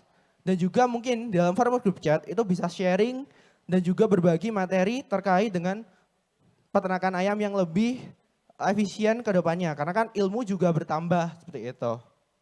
15 detik lagi. Nah, yang terakhir adalah market view. Kita pasti tahu bahwa terkadang ada yang jahat lah dalam sebuah industri. Dengan market view ini mungkin bisa mengurangi adanya peternak ayam yang dicurangi oleh pengepul seperti itu. Mungkin sekian dari saya. Dari Dewan Juri, dipersilakan untuk bertanya. Baik, terima kasih Mas Rizky Abdullah. Berikutnya tanggapan dari Dewan Juri, silakan. Baik, silakan. Baik, terima kasih Mas Rizky. Saya apresiasi yang pertama problem statement-nya ya, jelas ke peternakan ayam. Tapi ini juga sekaligus menjadi tantangan juga sebenarnya. Karena pertanyaan saya adalah kalau tadi Mas Rizky bilang ada permasalahan dari efisiensi peternak ayam mungkin kalau kita boleh bilang yang tradisional. Jadi sebenarnya Piteko ini diharapkan berdampak meningkatkan efisiensi tersebut tuh kalau dampak konkretnya seberapa gitu, udah dihitung atau belum? Karena fitur-fitur yang tadi disampaikan seperti penjadwalan, farmer group chat, saya yakin itu fitur yang mungkin secara tradisional juga sebenarnya sudah dilakukan oleh para petani. Nah, jadi bagaimana sebenarnya aplikasi ini akan membantu efisiensi para petani ayam di seluruh Indonesia? Baik, terima kasih atas pertanyaannya. Terkait hal tersebut, seperti tagline aplikasi kita, kemudahan dalam satu genggaman. Mungkin secara tradisional itu sudah dilakukan, tapi masih terpencar-pencar dan sangat tidak tersentralisasi. Dengan beberapa fitur ini, diharapkan itu kan juga akan meningkatkan efisiensi. Sebagai contoh, auto feeding tadi, yang peternak ayam yang harus tiap hari ke kandang, berkurang masanya ke kandang. Mungkin hanya 3-7 hari sekali. Dan itu hanya untuk memonitoring kandang, mengisi beberapa hal yang itu juga mengurangi tenaga kerja atau pengeluaran dari si kandang tersebut. Lalu yang kedua, misal kayak ambil contoh untuk auto temp juga. Di mana suhu otomatis ini mengatur agar suhunya tetap di suhu optimal. Jadi kadang kan ayam itu termasuk yang rentan terhadap suhu. Kadang ada cuaca ekstrim dan sebagainya. Dengan auto temp ini diharapkan suhu di kandang itu tetap optimal dan menunjang agar si ayam ini hidup dengan maksimal seperti itu. Mas Rai silahkan Anda tanggapan. Ya. Ada dua hal. Yang pertama masalah teknologi ya. Ini kita banyak kan IoT ya, pakai IoT kan. Iya benar Pak. Saya cuma mau mengomentari saja sebetulnya. Jadi tadi ada, kalau kita bicara efisiensi tadi kan sama dengan pertanyaan sebelumnya. Harus dilakukan, apakah sudah atau tidak saya nggak tahu karena tidak ada penjelasannya. Apa sih poin-poin yang penting di dalam meningkatkan efisiensi tadi? Itu terkait juga nanti dengan IoT apa yang mau dipakai di sana, gitu ya. Kalau untuk suhu pasti ya, untuk pakan oke gitu ya. Saya juga nggak tahu karena saya bukan peternak. Apa betul ada tingkat kebakarannya itu memang banyak. Jangan-jangan kita pasang di situ seperti itu nggak pernah ada kejadian kebakaran. Nah hal seperti itu mungkin perlu dipertajam ya. Sehingga apa yang diinvestasikan di dalam pengembangan ini juga nanti secara bisnisnya juga akan bagus. Nah yang kedua kita bicara tentang bisnisnya sendiri. Jadi kalau saya lihat tadi di situ ada aplikasi, kemudian kita belum tahu tuh aplikasi itu apakah Anda yang pegang atau itu diinstal kemudian nanti dipakai oleh mereka, terserah database-nya di mana gitu harus ditentukan. Kalau saya lihat kayaknya ini adalah aplikasi yang punya Mas Rizky, kemudian nanti ditawarkan kepada peternak, betul ya? Nah, iya gitu. betul Pak. Nanti artinya kan nanti harus dibagi ada beberapa peternak, masing-masing punya data pribadi dan sebagainya yang mungkin kita harus perhatikan.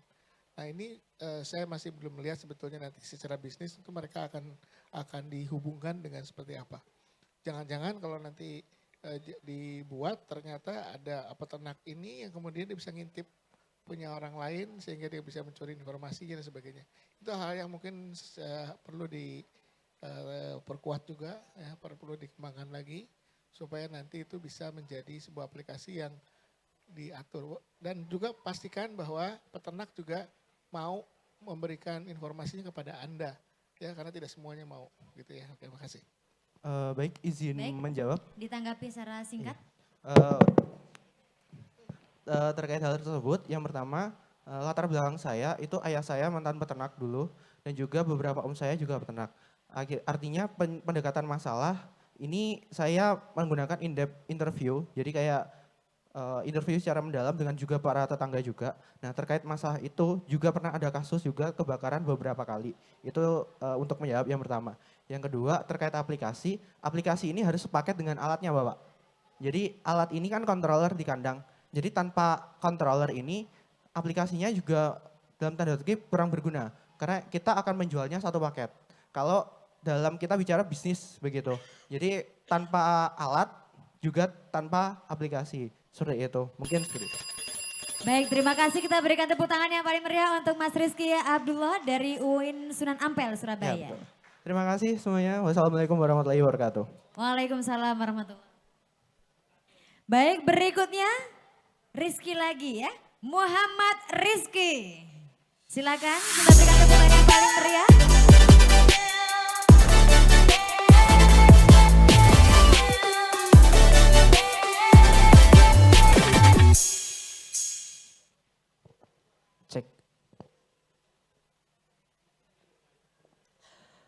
Ketahanan pangan yang baik merupakan salah satu indikator keberhasilan suatu bangsa. Namun bayangkan apabila suatu bangsa atau negara memiliki indeks ketahanan pangan yang buruk. Assalamualaikum warahmatullahi wabarakatuh. Semangat pagi, pagi, pagi, pagi. Yang terhormat, Bapak Ibu Dewan Juri Santri Innovest 2023 serta hadirin yang berbahagia. Bapak Ibu Dewan Juri yang terhormat, dari analisa FDG yang dilakukan di Desa Melung Kabupaten Banyumas pada bulan Oktober lalu, didapatkan point of view yang menjadi headline saya pada siang hari ini, yaitu terkait dengan masalah serangan burung yang mengakibatkan penurunan peningkatan ketahanan pangan nasional. Menjawab permasalahan tersebut, saya Muhammad Rizky representing Institut Teknologi Telkom Purwokerto hadir dengan Ingubert, inovasi pencegahan serangan burung untuk peningkatan ketahanan pangan nasional khususnya Desa Melung Banyumas. Bapak Ibu Dewan Juri yang terhormat, sebelum menelik lebih lanjut terkait dengan Ingubert tersebut, berikut executive summary. Di mana dari FDG yang telah dilakukan terdapat 3 permasalahan utama di Desa Melung. Pertama, banyaknya hasil panen yang kurang maksimal yang salah satu faktornya disebabkan oleh serangan burung pemakan padi. Kedua, adanya pendapatan pariwisata yang tidak menentu serta minimnya SDM dalam pemanfaatan teknologi. Dari ketiga permasalahan tersebut yang menjadi point of view saya pada poin pertama, yaitu terkait bagaimana menciptakan inovasi untuk melakukan pencegahan serangan burung pemakan padi. Dalam menjawab permasalahan tersebut, menghadirkan dengan pemanfaatan Internet of Things dengan menggunakan sensor pasif infrared yang mana akan mendeteksi pergerakan burung yang datang mendekati padi. Kemudian dari sensor tersebut akan mengeluarkan frekuensi sebesar 20 hingga 50 kHz yang dapat mengganggu pendengaran dari burung. Harapannya dengan pemanfaatan teknologi ini dapat meningkatkan produktivitas petani serta memaksimalkan ketahanan pangan nasional dan mendukung Sustainable Development Goals nomor 2 yaitu food security. Inovasi ini dikatakan layak dengan memenuhi 3 kriteria berikut. Pertama, desire, artinya masyarakat Desa Melung benar-benar membutuhkan inovasi ini. Kemudian variability-nya kita akan terus melakukan upgrade baik itu dari infrastruktur, sensor, dan komponennya. Kemudian apabila inovasi ini berhasil akan kita lakukan perbanyak produksi dengan melakukan ekspansi market eksternal. Kemudian apabila terdapat kendala bahaya, kami akan berusaha mengajukan hibah seperti merching kedai reka, PKM, dan program pemberdayaan desa lainnya. Kemudian secara scalability-nya, masyarakat khususnya petani perlu mengeluarkan biaya sebesar 3 hingga 5 juta rupiah di awal penggunaan. Kemudian dari mitigasi risiko yang dihasilkan apabila mereka dalam satu kali panen mendapatkan 3 hingga 5 juta rupiah, artinya butuh 3 hingga 5 kali panen bagi petani untuk menutupi modal tersebut. Kemudian untuk sustainability-nya kita menawarkan 2 program. Yang pertama, program desa binaan dan juga analisis market eksternal. Desa binaan sendiri yaitu mendorong kita untuk terus memonitoring situasi di Desa Melung dan kemudian Desa Melung merupakan desa binaan yang mana akan kita lakukan evaluasi setiap 6 bulan sekali untuk terus memaksimalkan potensi inovasi tersebut. Dari analisis marketnya sendiri ada 2. Yang pertama SWOT strategi, di mana dari kekuatannya sendiri alat ini membantu efektivitas petani yang mana membantu multitasking bagi petani. Kemudian opportunities-nya sendiri belum banyak instansi atau perusahaan yang menciptakan inovasi ini. Dari analisis PESTEL didukung dengan Undang-Undang Nomor 6 Tahun 2014 di mana mendukung pedoman umum pembangunan dan pemberdayaan desa. Serta secara legal, inovasi ini akan terus dikembangkan dengan bekerja sama dengan pihak berwenang untuk memaksimalkan potensi alat ini. Kemudian dari AIDA strateginya sendiri, kita akan menghadirkan kampanye atau program untuk menarik attention dari masyarakat. Kemudian dari attention tersebut kita tawarkan kelebihan yang ditawarkan dari inovasi Ingubert. Sehingga menimbulkan interest bagi masyarakat, kemudian adanya rasa keinginan, desire dari masyarakat untuk memiliki alat tersebut. Dengan kemudian menimbulkan action bagi masyarakat untuk membeli alat tersebut dengan kemudahan cicilan, pembayaran, serta helpdesk. Dewan Juri yang terhormat, penggunaan alat ini dapat menunjang produktivitas petani yang mana dari Customer Satisfaction Index akan berdampak positif terhadap Customer Loyalty Index. Artinya semakin tinggi kepuasan petani dalam penggunaan alat ini akan mempertahankan loyalitas petani untuk jangka panjangnya. Artinya 10 detik sustainability-nya akan terus terjaga. Sekian, wassalamualaikum warahmatullahi wabarakatuh. Waalaikumsalam warahmatullahi wabarakatuh. Selanjutnya silakan tanggapan dari juri, boleh satu? Ibu, Bapak.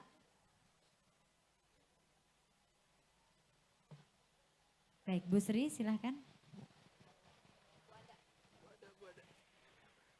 Mbak Anda, Asyana. Terima kasih Mas Muhammad Rizky. Betul, Saya Bu. mau nanya aja karena saya sangat awam di pertanian. Ini kan berarti tadi hanya menjawab permasalahan di Desa Melung aja ya berarti atau gimana? Dan satu lagi sih, sebenarnya permasalahan tadi burung itu berapa sih persentasenya dari misalnya gagal panen atau jadi hasil panennya itu nggak bagus gitu tuh, itu persentasenya itu berapa persen dari keseluruhannya gitu? Oke, baik untuk pertanyaan-pertanyaan terkait. Oke, mohon maaf untuk pertanyaan pertama. Ini berarti cuman untuk di Desa Melung aja dan apa masalah tadi burung ini nih itu sebenarnya dalam satu siklus pertanian atau tanam gitu tuh itu seberapa besar dampaknya gitu ke hasil panen atau ke hasil panennya lah. Baik, izin menjawab Ibu. Untuk skala percobaan research and development, kita mencoba di Desa Melung karena Melung merupakan desa wisata seperti itu.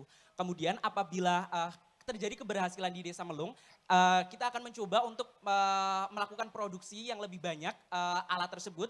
Apabila kita keterbatasan dana, mungkin kita coba program merching fund dari Kedereka atau program hibah sejenis.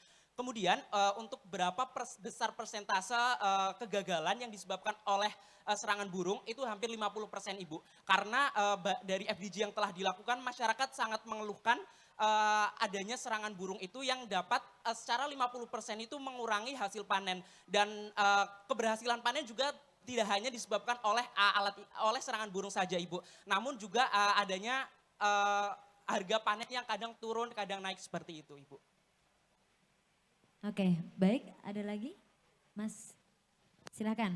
Saya Mas pertanyaan cepat aja. Ini Mas Rizky yakin ya alat ini belum diproduksi secara massal di tempat lain ya? Karena kan kita belum lihat alatnya nih. Cuman kalau dengar dari presentasinya sepertinya kalau di dunia farming kan alat seperti ini harusnya mungkin sudah dibuat gitu. Apakah sudah dicek ke sana?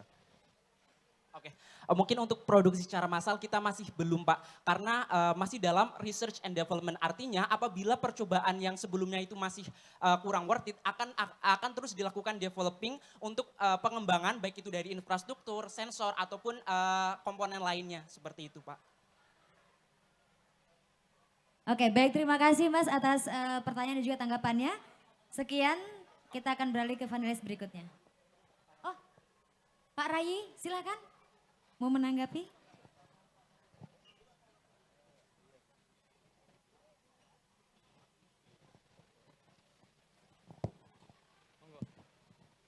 Oke, Rizky ya. Iya betul Pak, saya yang bulan Mei lalu berkunjung di kantor Bapak di Huawei. Saya kenal sama dosennya Rizky ini. Betul sekali Bapak. Ya, Pak Agung, tadi udah kontak saya juga katanya, nih titip, saya bilang saya nggak bisa titip, ini harus real ya.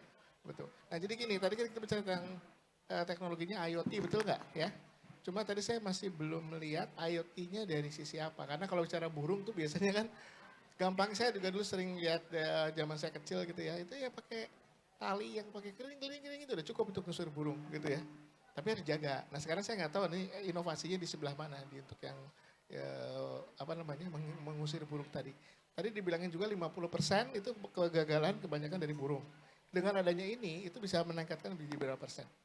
Baik, mungkin untuk dari IoT-nya itu dari sensor pasif infrarednya sendiri Pak. Kemudian akan ditambahkan dengan Arduino, yang dimana dari Arduino itu sebagai otaknya komputer yang memproses inputan itu katakan inputan tersebut. Kemudian ada buzzer ini yang berfungsi untuk menghasilkan suara yang nantinya kita setting 20 hingga 50 kHz yang frekuensi tersebut hanya bisa didengar oleh burung saja yang dapat mengganggu pendengaran dari burung tersebut. Jadi tidak tidak dapat didengar oleh manusia. Kemudian untuk pertanyaan kedua 50% kegagalan itu disebabkan oleh serangan burung. Kemudian apabila telah digunakan inovasi ini, akan dapat meminimalisirkan 10 hingga 15% dari 50% tersebut. Artinya persentase kegagalannya itu berkurang menjadi 35 hingga 40% seperti itu, Pak. Oke, baik, kita berikan tepuk tangan yang paling meriah untuk Muhammad Rizky, finalis dari Santri Inovasi 2023. Baik, terima kasih. Wallahul muwaffiq ila aqwamit thoriq. Wassalamualaikum warahmatullahi wabarakatuh. Dan kami mengundang untuk finalis berikutnya yang sudah siap untuk tampil adalah Irsyad Fauzi. Kita berikan tepuk tangan yang paling meriah.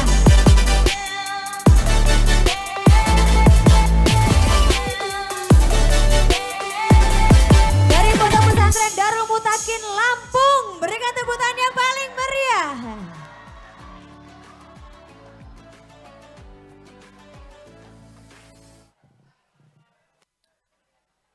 Assalamualaikum warahmatullahi wabarakatuh. Beli batu kualan di pasar Jumat. Oke. Jangan lupa ke Semanggi. Kalau salamnya nggak dijawab semangat, ari kita ulangi lagi. Assalamualaikum warahmatullahi wabarakatuh.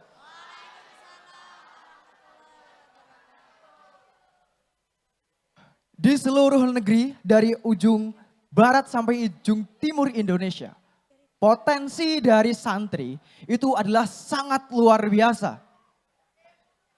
Kita tahu bahwa santri adalah harapan Indonesia. Saya adalah Irsyad Fauzi, santri dari Pondok Pesantren Darul Mutakin, Lampung. Saya adalah santri yang penuh dengan harapan. Namun ada satu pikiran yang selalu mengganggu pikiran saya. Yaitu kurikulum yang kita terima itu tidak sejalan dengan dunia industri yang sekarang ada. Dan disitulah beberapa latar belakang masalah yang saya bawa. Pertama, kurikulum yang tidak relevan. Sangat jauh antara apa yang dipelajari dengan santri dengan industri yang semakin dinamis. Setelah itu akses teknologi yang terbatas. Kita sudah tahu bahwa kebanyakan santri itu dilarang untuk menggunakan HP. Latar belakang kedua yaitu kekurangan sumber daya manusia yang terampil dan terlatih. Ini juga menjadi hambatan yang sangat-sangat serius. Kurangnya peluang juga untuk long life learning membatasi kemampuan kami untuk terus belajar di dunia kerja. Dan inilah solusi dari kami, Gagas Santri Bootcamp. Kami ingin memberikan solusi konkret untuk masalah-masalah ini. Ada 3 poin, kenapa sih harus Gagas Santri? Yang pertama, kurikulum yang kami berikan adalah kurikulum yang dinamis dan relevan. Yang kedua, akses teknologi yang merata. Jadi kita menggunakan user interface yang mudah diakses untuk para santri. Bahkan untuk yang gaptek. Lalu pembelajaran sepanjang hayat. Kita bentuk komunitas santri industri. Itu kita bentuk agar kita terus belajar bagaimana dunia industri itu selalu dinamis.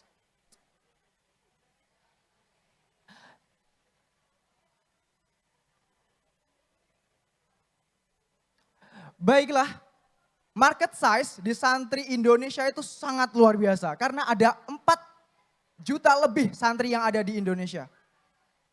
Dan ini adalah peluang yang sangat besar ketika kita bisa membuat suatu gerakan yang dampaknya juga besar.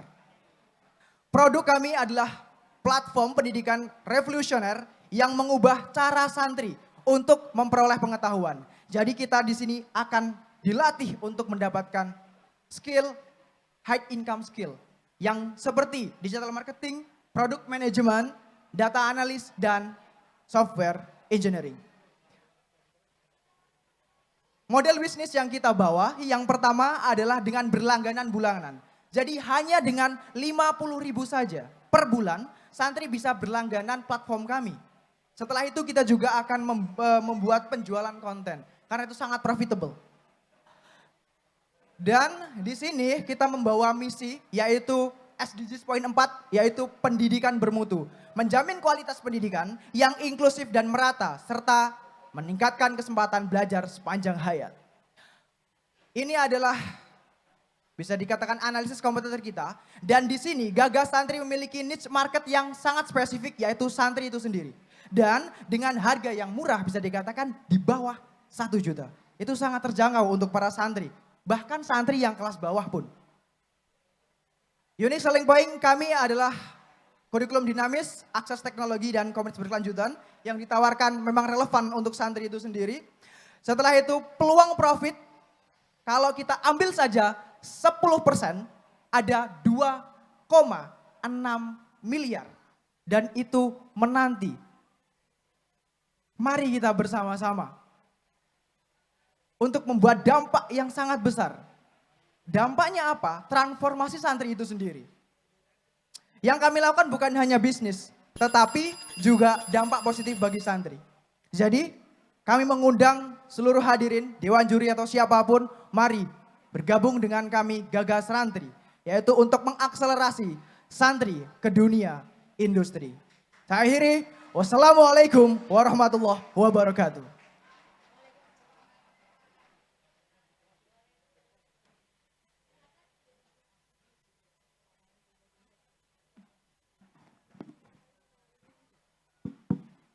Baik, terima kasih Mas Irsyad. Pertama-tama ini saya apresiasi persiapan dari visualnya cukup bagus ya. Jadi itu udah cukup matang kelihatannya. Dua pertanyaan, yang pertama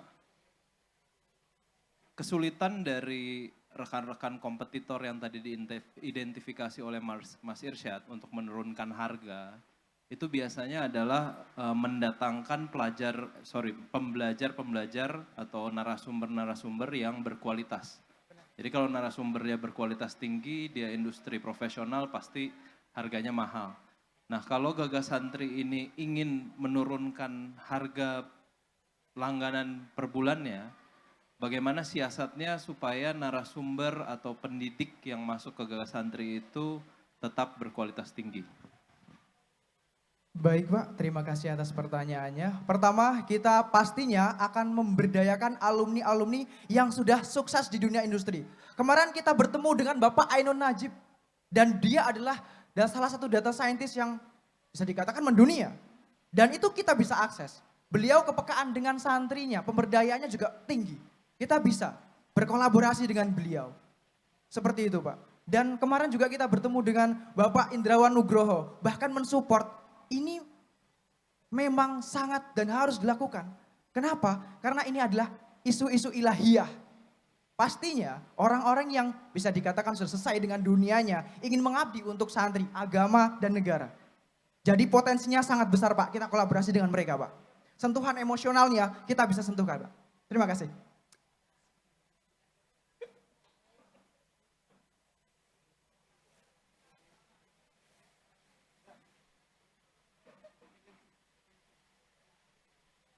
Baik, berikutnya ada tanggapan lagi dari Dewan Juri atau kita cukupkan? Cukup, baik. Kita berikan tepuk tangan yang paling meriah untuk Irsyad Fauzi dari Lampung. Sebelum tutup boleh pantun gak Kak? Dikit, gak apa-apa ya, kan udah waktunya gak habis kan ya. Oke. Lupa nih, aduh. Cakep. Belum, oke. Kalau ada sumur di ladang, jangan lupa menumpang mandi. Kalau ingin santri berkembang, ayo gabung ke Gagas Santri. Oh, luar biasa. Terima kasih dan selamat untuk Irsyad Fauzi. Kita beralih kepada finalis berikutnya, Arif Hermawan. Mana Arif Hermawan? Oke. Bersama kita. Kita berikan tepuk tangan yang paling meriah.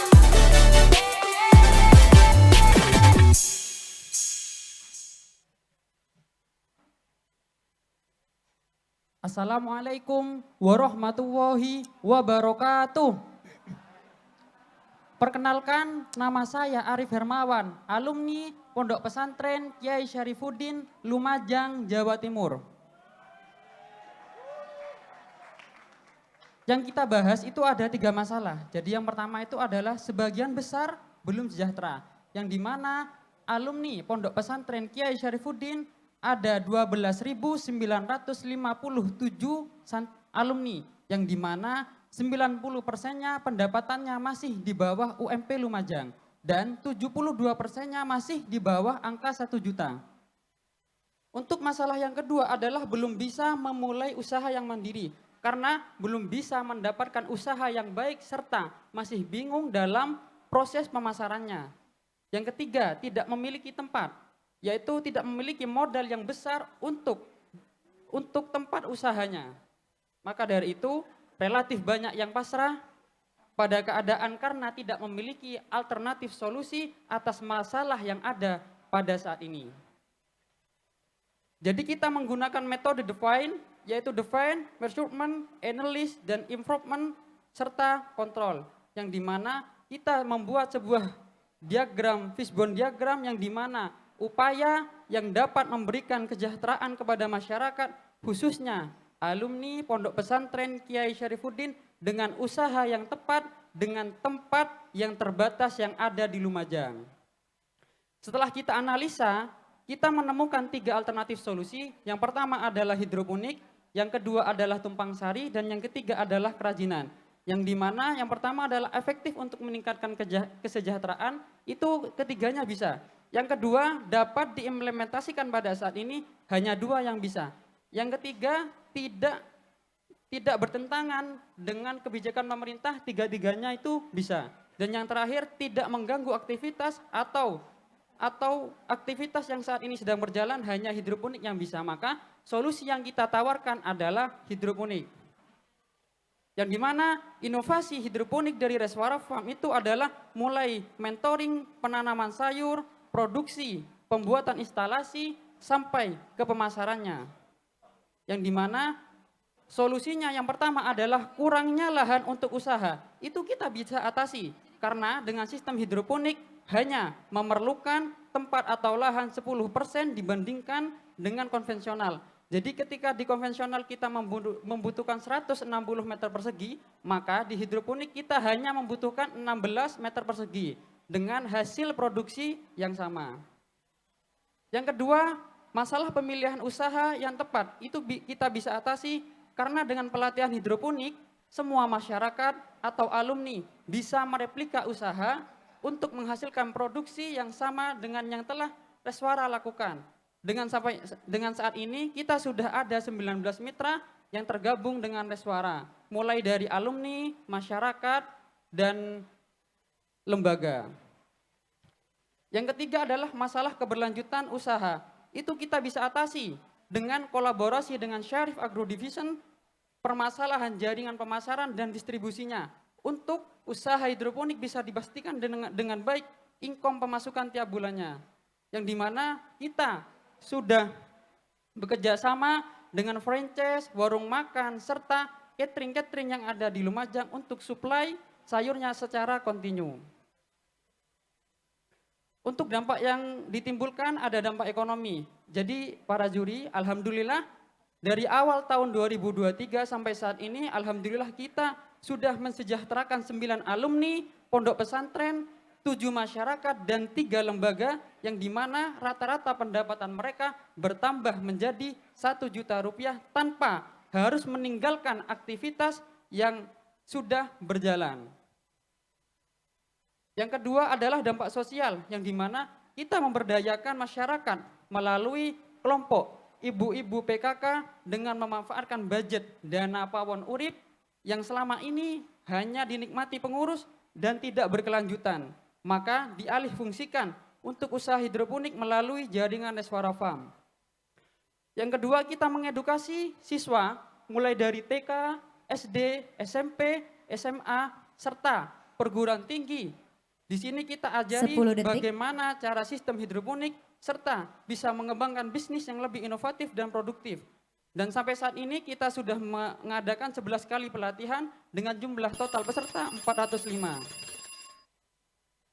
Semoga Reswara Farm menjadi bagian dari solusi yang inovasinya adalah tidak hanya hidroponik, tapi juga sebagai jaringan yang terintegrasi yang menghasilkan income setiap bulannya. Wassalamualaikum warahmatullahi wabarakatuh. Waalaikumsalam warahmatullahi wabarakatuh. Silakan Dewan Juri untuk memberikan tanggapan. Terima kasih Mas Arief. Ini kedepannya ya kalau misalnya sudah diimplementasikan, rencana untuk monetisasinya seperti apa ya? Jadi monetisasi itu dalam artian bagi hasilnya itu Bu? Ya nanti kira-kira nanti dapat uangnya dari mana, kemudian bagi hasilnya skemanya seperti apa, sehingga jangan sampai bikin inovasi tapi nggak ada sumber untuk pendapatan untuk membuat inovasi tersebut sustainable. Jadi begini, yang sudah kami lakukan itu para alumni itu kita ajari bagaimana cara produksi hidroponik. Lah, yang dimana kita ajari mulai dari produksi sampai pemanenan. Lah, setelah pemanenan itu kita bekerja sama dengan SAD. Jadi SAD itu sama-sama alumni juga, tapi dalam bidang pemasarannya. Jadi para alumni itu tidak bingung ketika harus menjual hasil sayurnya itu. Maka dari situ keuntungannya atau monetisasinya itu Bu. Seperti itu. Baik, terima kasih. Kita berikan tepuk tangan untuk Mas Arief Hermawan. Finalis kita yang luar biasa. Sudah cukup dari Dewan Juri. Kita akan lanjut kepada finalis terakhir. Terima kasih Mas Arief, boleh dikembalikan ke panitia. Dan finalis terakhir kita adalah Edwin Julianto. Kita berikan tepuk tangan yang paling meriah untuk finalis terakhir kita Santri Kopes 2023.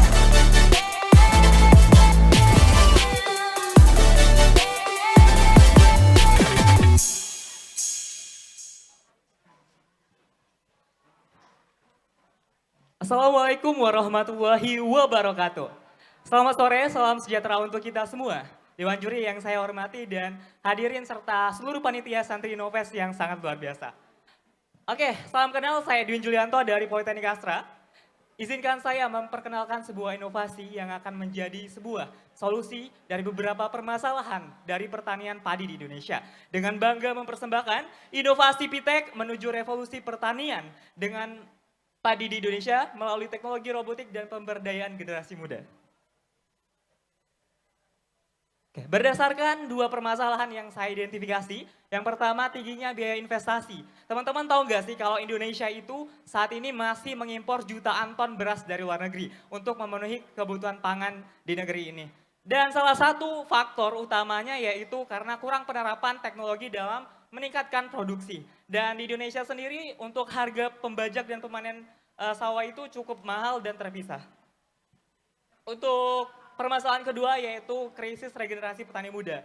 Dan berdasarkan survei Badan Pusat Statistika tahun 2018 di mana menyatakan hanya 8% atau sekitar 2,7 juta orang petani muda di Indonesia yang berusia 20 sampai 39 tahun. Dan 3 alasan dengan presentasi yang cukup tinggi yaitu kenapa Gen Z tidak minat di bidang pertanian karena tidak adanya pengembangan karir, kemudian penuh resiko dan pendapatan yang kurang. Dari dua permasalahan tadi, saya dari Pitek menghadirkan dua inovasi yaitu Combine Pitek dan Pitek Academy. Combine Pitek adalah mesin pembajak dan pemanen sawah di mana dalam satu mesin itu bisa menggunakan dua fungsi. Dan Combine Pitek juga dapat dikendalikan dengan aplikasi dan juga didukung dengan beberapa sensor. Di mana Combine Pitek dapat menekan biaya pembelian alat sebesar 40% dan penyewaan sebesar 30%. Dewan Juri yang terhormat, berikut adalah desain 3D prototype dari Combine Pitek dalam keadaan terpisah namun menggunakan mesin yang sama. Dan seperti yang saya jelaskan sebelumnya bahwa Combine Pitek akan dikontrol menggunakan aplikasi dan fitur utama dari aplikasi ini yaitu controlling system, connecting device, kemudian monitoring system, set koordinat, dan chatbot message yang terintegrasi dengan artificial intelligence dan harvest history. Solusi kedua yaitu Pitek Academy, yang dimana merupakan wadah untuk menarik generasi muda melalui teknologi untuk ikut serta dalam sektor pertanian. Di mana Pitek Academy akan bekerja sama dengan beberapa stakeholder, yaitu pemerintahan, institusi pendidikan, industri pertanian, dan komunitas pertanian, di mana dapat mendukung Pitek Academy dalam memberikan pelayanan, pelatihan, program magang, dan juga passive income kepada lokal talentnya nanti. Adapun tahapan implementasi yang akan kami lakukan yang pertama yaitu analisis kebutuhan petani. Kami akan mengumpulkan beberapa user requirement dan membuat prototype. Kemudian tahap selanjutnya kami akan melakukan perancangan dan juga uji coba dari Combine Pitek apakah memang benar-benar mengatasi permasalahan dari user. Kemudian membangun mitra dengan beberapa stakeholder. Kemudian pelaksanaan, implementasi kami juga akan melakukan pemasaran menggunakan model B2C dan juga menyediakan layanan Pitek Service dan juga launching Pitek Academy. Yang terakhir melakukan evaluasi untuk meningkatkan produk dan layanan dengan melalui feedback dari user. Dewan juri yang terhormat, adapun impact yang akan dihasilkan dari inovasi ini diharapkan untuk bisa menghasilkan 30% lebih banyak hasil panen, kemudian menciptakan 5.000 pekerjaan baru di sektor pertanian, dan juga mengurangi emisi karbon sebesar 25 ton per tahun, di mana dalam produk kami menggunakan bahan bakar yang ramah lingkungan, di mana impact ini secara tidak langsung terintegrasi dengan prioritas SDGs yang kedua, ke-8, dan ke-13. Dari pemaparan tadi dapat kita simpulkan bahwa Combine Pitek dan Pitek Academy memberikan solusi terhadap tantangan pertanian di Indonesia melalui untuk mengatasi investasi yang tinggi dan juga mendukung regenerasi petani muda melalui teknologi dan pelatihan. Kemudian kolaborasi dengan beberapa stakeholder merupakan kunci berhasilan dalam meningkatkan produktivitas pertanian dan menciptakan pekerjaan menarik bagi generasi muda di Indonesia. Demikian presentasi yang dapat saya sampaikan mengenai inovasi Pitek. Izinkan saya mengakhiri dengan pantun. Telah saya jelaskan sejelas matahari. Mohon maaf apabila terdapat kekurangan dalam presentasi ini. Saya ucapkan terima kasih dan sampai jumpa lagi. Saya Edwin Julianto, pamit undur diri. Wassalamualaikum warahmatullahi wabarakatuh. Waalaikumsalam warahmatullahi wabarakatuh. Selanjutnya tanggapan dari Dewan Juri, silahkan. Baik Mas Rai, silahkan. Oke, terima kasih Edwin. Ini kayaknya kalau lihat dari inovasinya skalanya industri ya, ya nggak bukan kecil-kecilan gitu. Nggak pengen tahu aja. Ini siapa penyandang dana utamanya? Soalnya kalau bikin alat seperti itu nggak mungkin nama siswa, nggak mungkin. Udah pasti institusi besar, mungkin Astranya sendiri. Kemudian nanti secara bisnis nanti bagaimana efeknya terhadap mahasiswa tadi, apakah dilibatkankah atau apa dan sebagainya. Ya, makasih. Oke, baik, terima kasih Bapak atas pertanyaannya. Untuk dana sendiri kami akan melakukan mengajukan kepada beberapa investor ataupun mengajukan kerjasama dengan beberapa stakeholder gitu.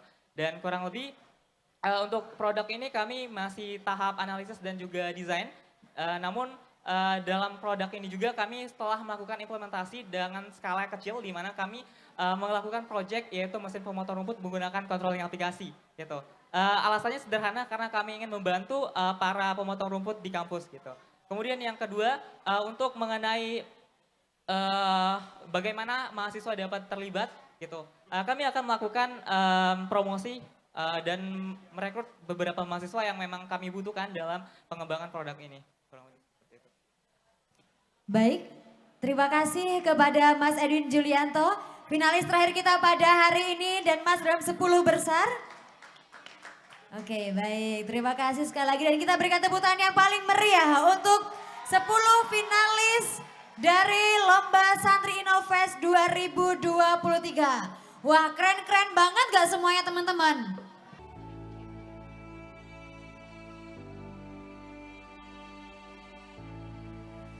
Baik, kita akan melangsungkan pengumuman ya Mas ya. Iya benar sekali. Ini yang ditunggu-tunggu. Ini adalah momen yang paling kita tunggu-tunggu, Santri Innovest 2023. Betul. Dari hasil karya teman-teman yang sudah berinovasi di Santri Innovest 2023, banyak banyak yang menarik. Semuanya menarik Semuanya sekali. menarik ya. Betul, Dan, aduh.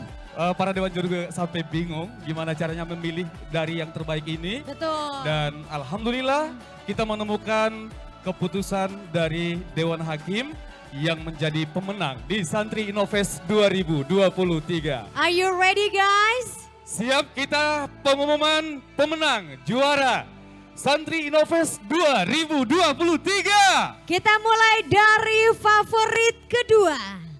Sudah siap Mas operator? Oh belum, sabar ya, sabar. Namanya sudah ada di saya, tapi belum. Oh.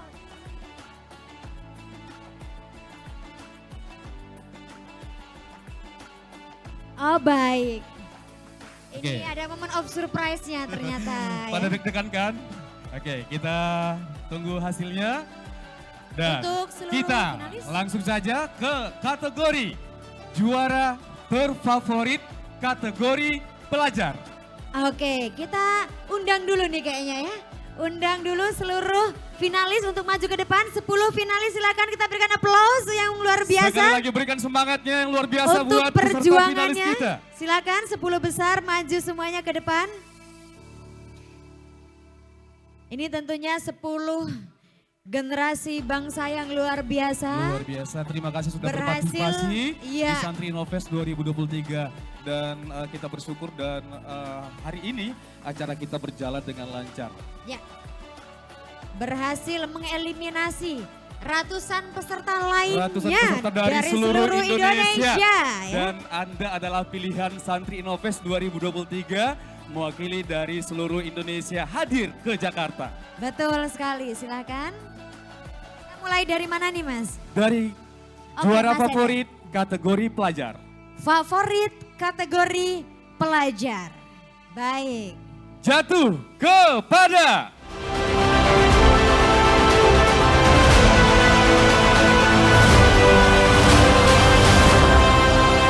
Najma Syafira Laili Mufiro.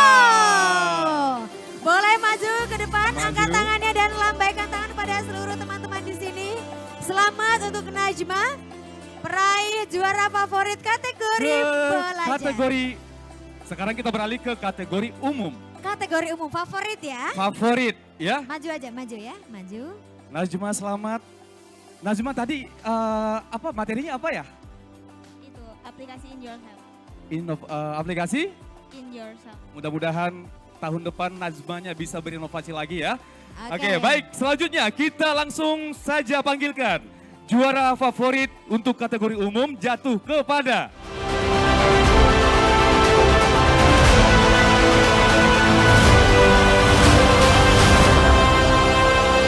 Arif Hermawan. Berikan tepukan yang paling meriah. Baik, luar biasa. ya, yang untuk kategori favorit sudah kita dapatkan. Sudah favorit sudah Dan dapatkan. sekarang kita akan panggilkan juara. Oke, ada langsung. penyerahan tropinya terlebih dahulu. Silakan. Mohon kesediaan dari Ketua Panitia Pelaksana Santri Innovest 2023, Mas Asrodia. Betul, Mas Rory silakan untuk menyerahkan. Juara favorit Trofi. kategori pelajar diberikan kepada Najma. Boleh menghadap kamera Mas Rory? Teman-teman santri boleh dong minta tepuk tangan dan semangatnya. Woo!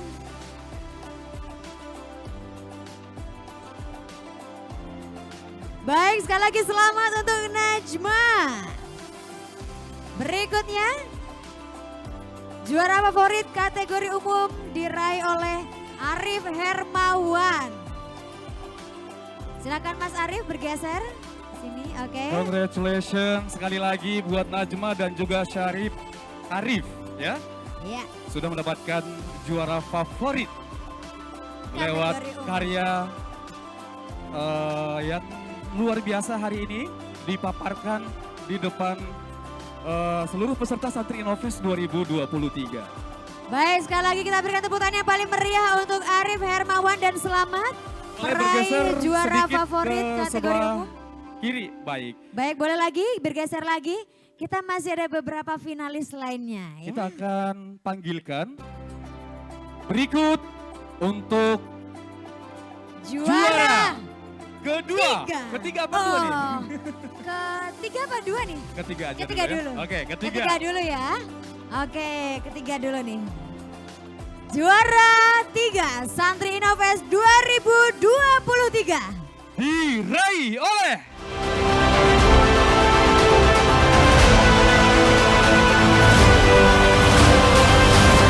bisa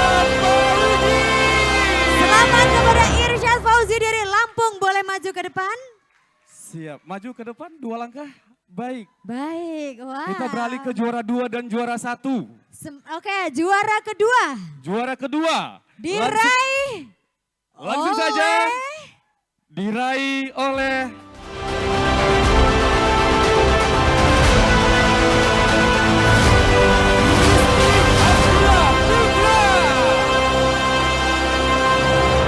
Selamat Rizky. Selamat. Abdullah Putra menempati di juara kedua ya. Betul.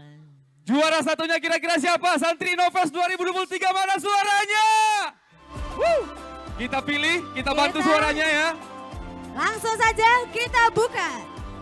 Juara pertama Santri Innovest 2023 jatuh kepada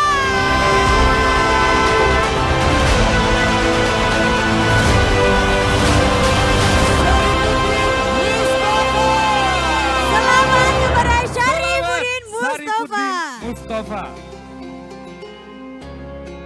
Selamat buat ketiga peraih juara 1, 2, dan 3. Sekali lagi kami ucapkan terima kasih sudah berpartisipasi dan sudah memberikan yang terbaik di Santri Innovest 2023 tahun ini. Selamat dan silakan kepada Ketua Pelaksana Mas Rory. Boleh dong kita berikan aplaus untuk seluruh pemenang Santri Innovest 2023. Ya, juara 3 diraih oleh Irsyad Fauzi dari Lampung. Dari Lampung. Selamat kepada Irsyad. Oke, kita akan dokumentasikan terlebih dahulu. Santri terus berinovasi dan menjadi penerang buat negeri ini. Luar biasa. Luar Tekad biasa. kita pada tahun ini ya. Dan berikutnya juara kedua. Rizky Abdullah Putra dengan judul inovasi Pitiku ya tadi ya. Pitiku. Gak sia-sia bawa kandang ya bro ya. Oke, baik. Rizky Abdullah Putra menempati di posisi kedua, juara 2. Dan pertama langsung saja. Baik, luar biasa. Ini tentunya juga finalis-finalis lainnya yang masih standby hingga akhir acara. Memang memiliki mental-mental juara semuanya. Luar biasa ya. Oke, berikut untuk peraih juara 1. Diraih oleh Syarifuddin Mustafa. Ya, tadi dari pelepah pisang ya. Pelepah pisang. Bisa menjadi tas yang komersil Luar dan biasa. luar biasa. Inovasinya luar biasa. Ya.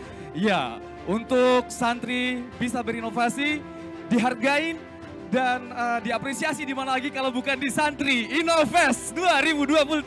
Iya, kita berikan tepuk tangan yang paling meriah. Silakan kepada seluruh finalis dan juara. Boleh Terima untuk kasih, juara Mas 1 sampai Asori. 5. Juara 1 terlebih dahulu maju sampai dengan juara favorit. Teman-teman yang lain jangan patah semangat. Kemana-mana dulu. Iya. Silakan untuk 5 juara maju ke depan untuk berfoto bersama. Foto bersama. Baik, bagi para finalis tetap di tempat. Kita juga akan memberikan apresiasi untuk 10 besar tentunya.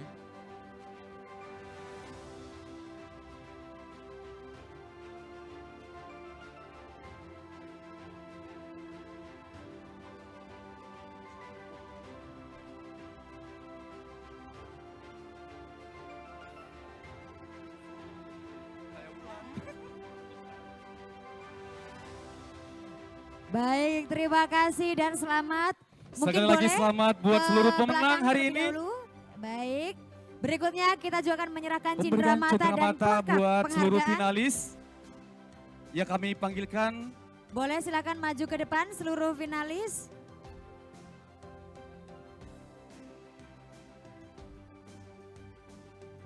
Ya, ada Fahmi Agung Maulana, Muhammad Hoiri, Duratul Firdaus, Muhammad Rizky, Arif Hermawan, dan Edwin Julianto.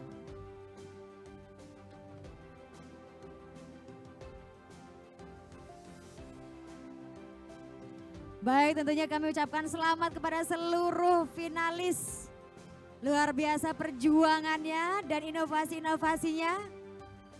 Iya, luar biasa juga buat seluruh panitia atas kerja kerasnya hari ini. Sehingga Santri Innovest 2023 berjalan dengan lancar dan sukses. Ya, buat seluruh panitia, buat seluruh yang terlibat di acara ini, kami ucapkan banyak terima kasih. Dan akhirnya dengan mengucap Alhamdulillahirabbil alamin. Sekali lagi para peserta dari seluruh Indonesia, dari seluruh Jabodetabek yang sudah hadir hari ini di Masjid Istiqlal Jakarta, kami ucapkan terima kasih dan sampai jumpa di next event 2024 Santri Innovest 2023. Akhirnya saya Ivan dan saya Wulan selaku MC pada hari ini mohon pamit undur diri. Sampai jumpa di Santri Innovest 2024. Wassalamualaikum warahmatullahi wabarakatuh.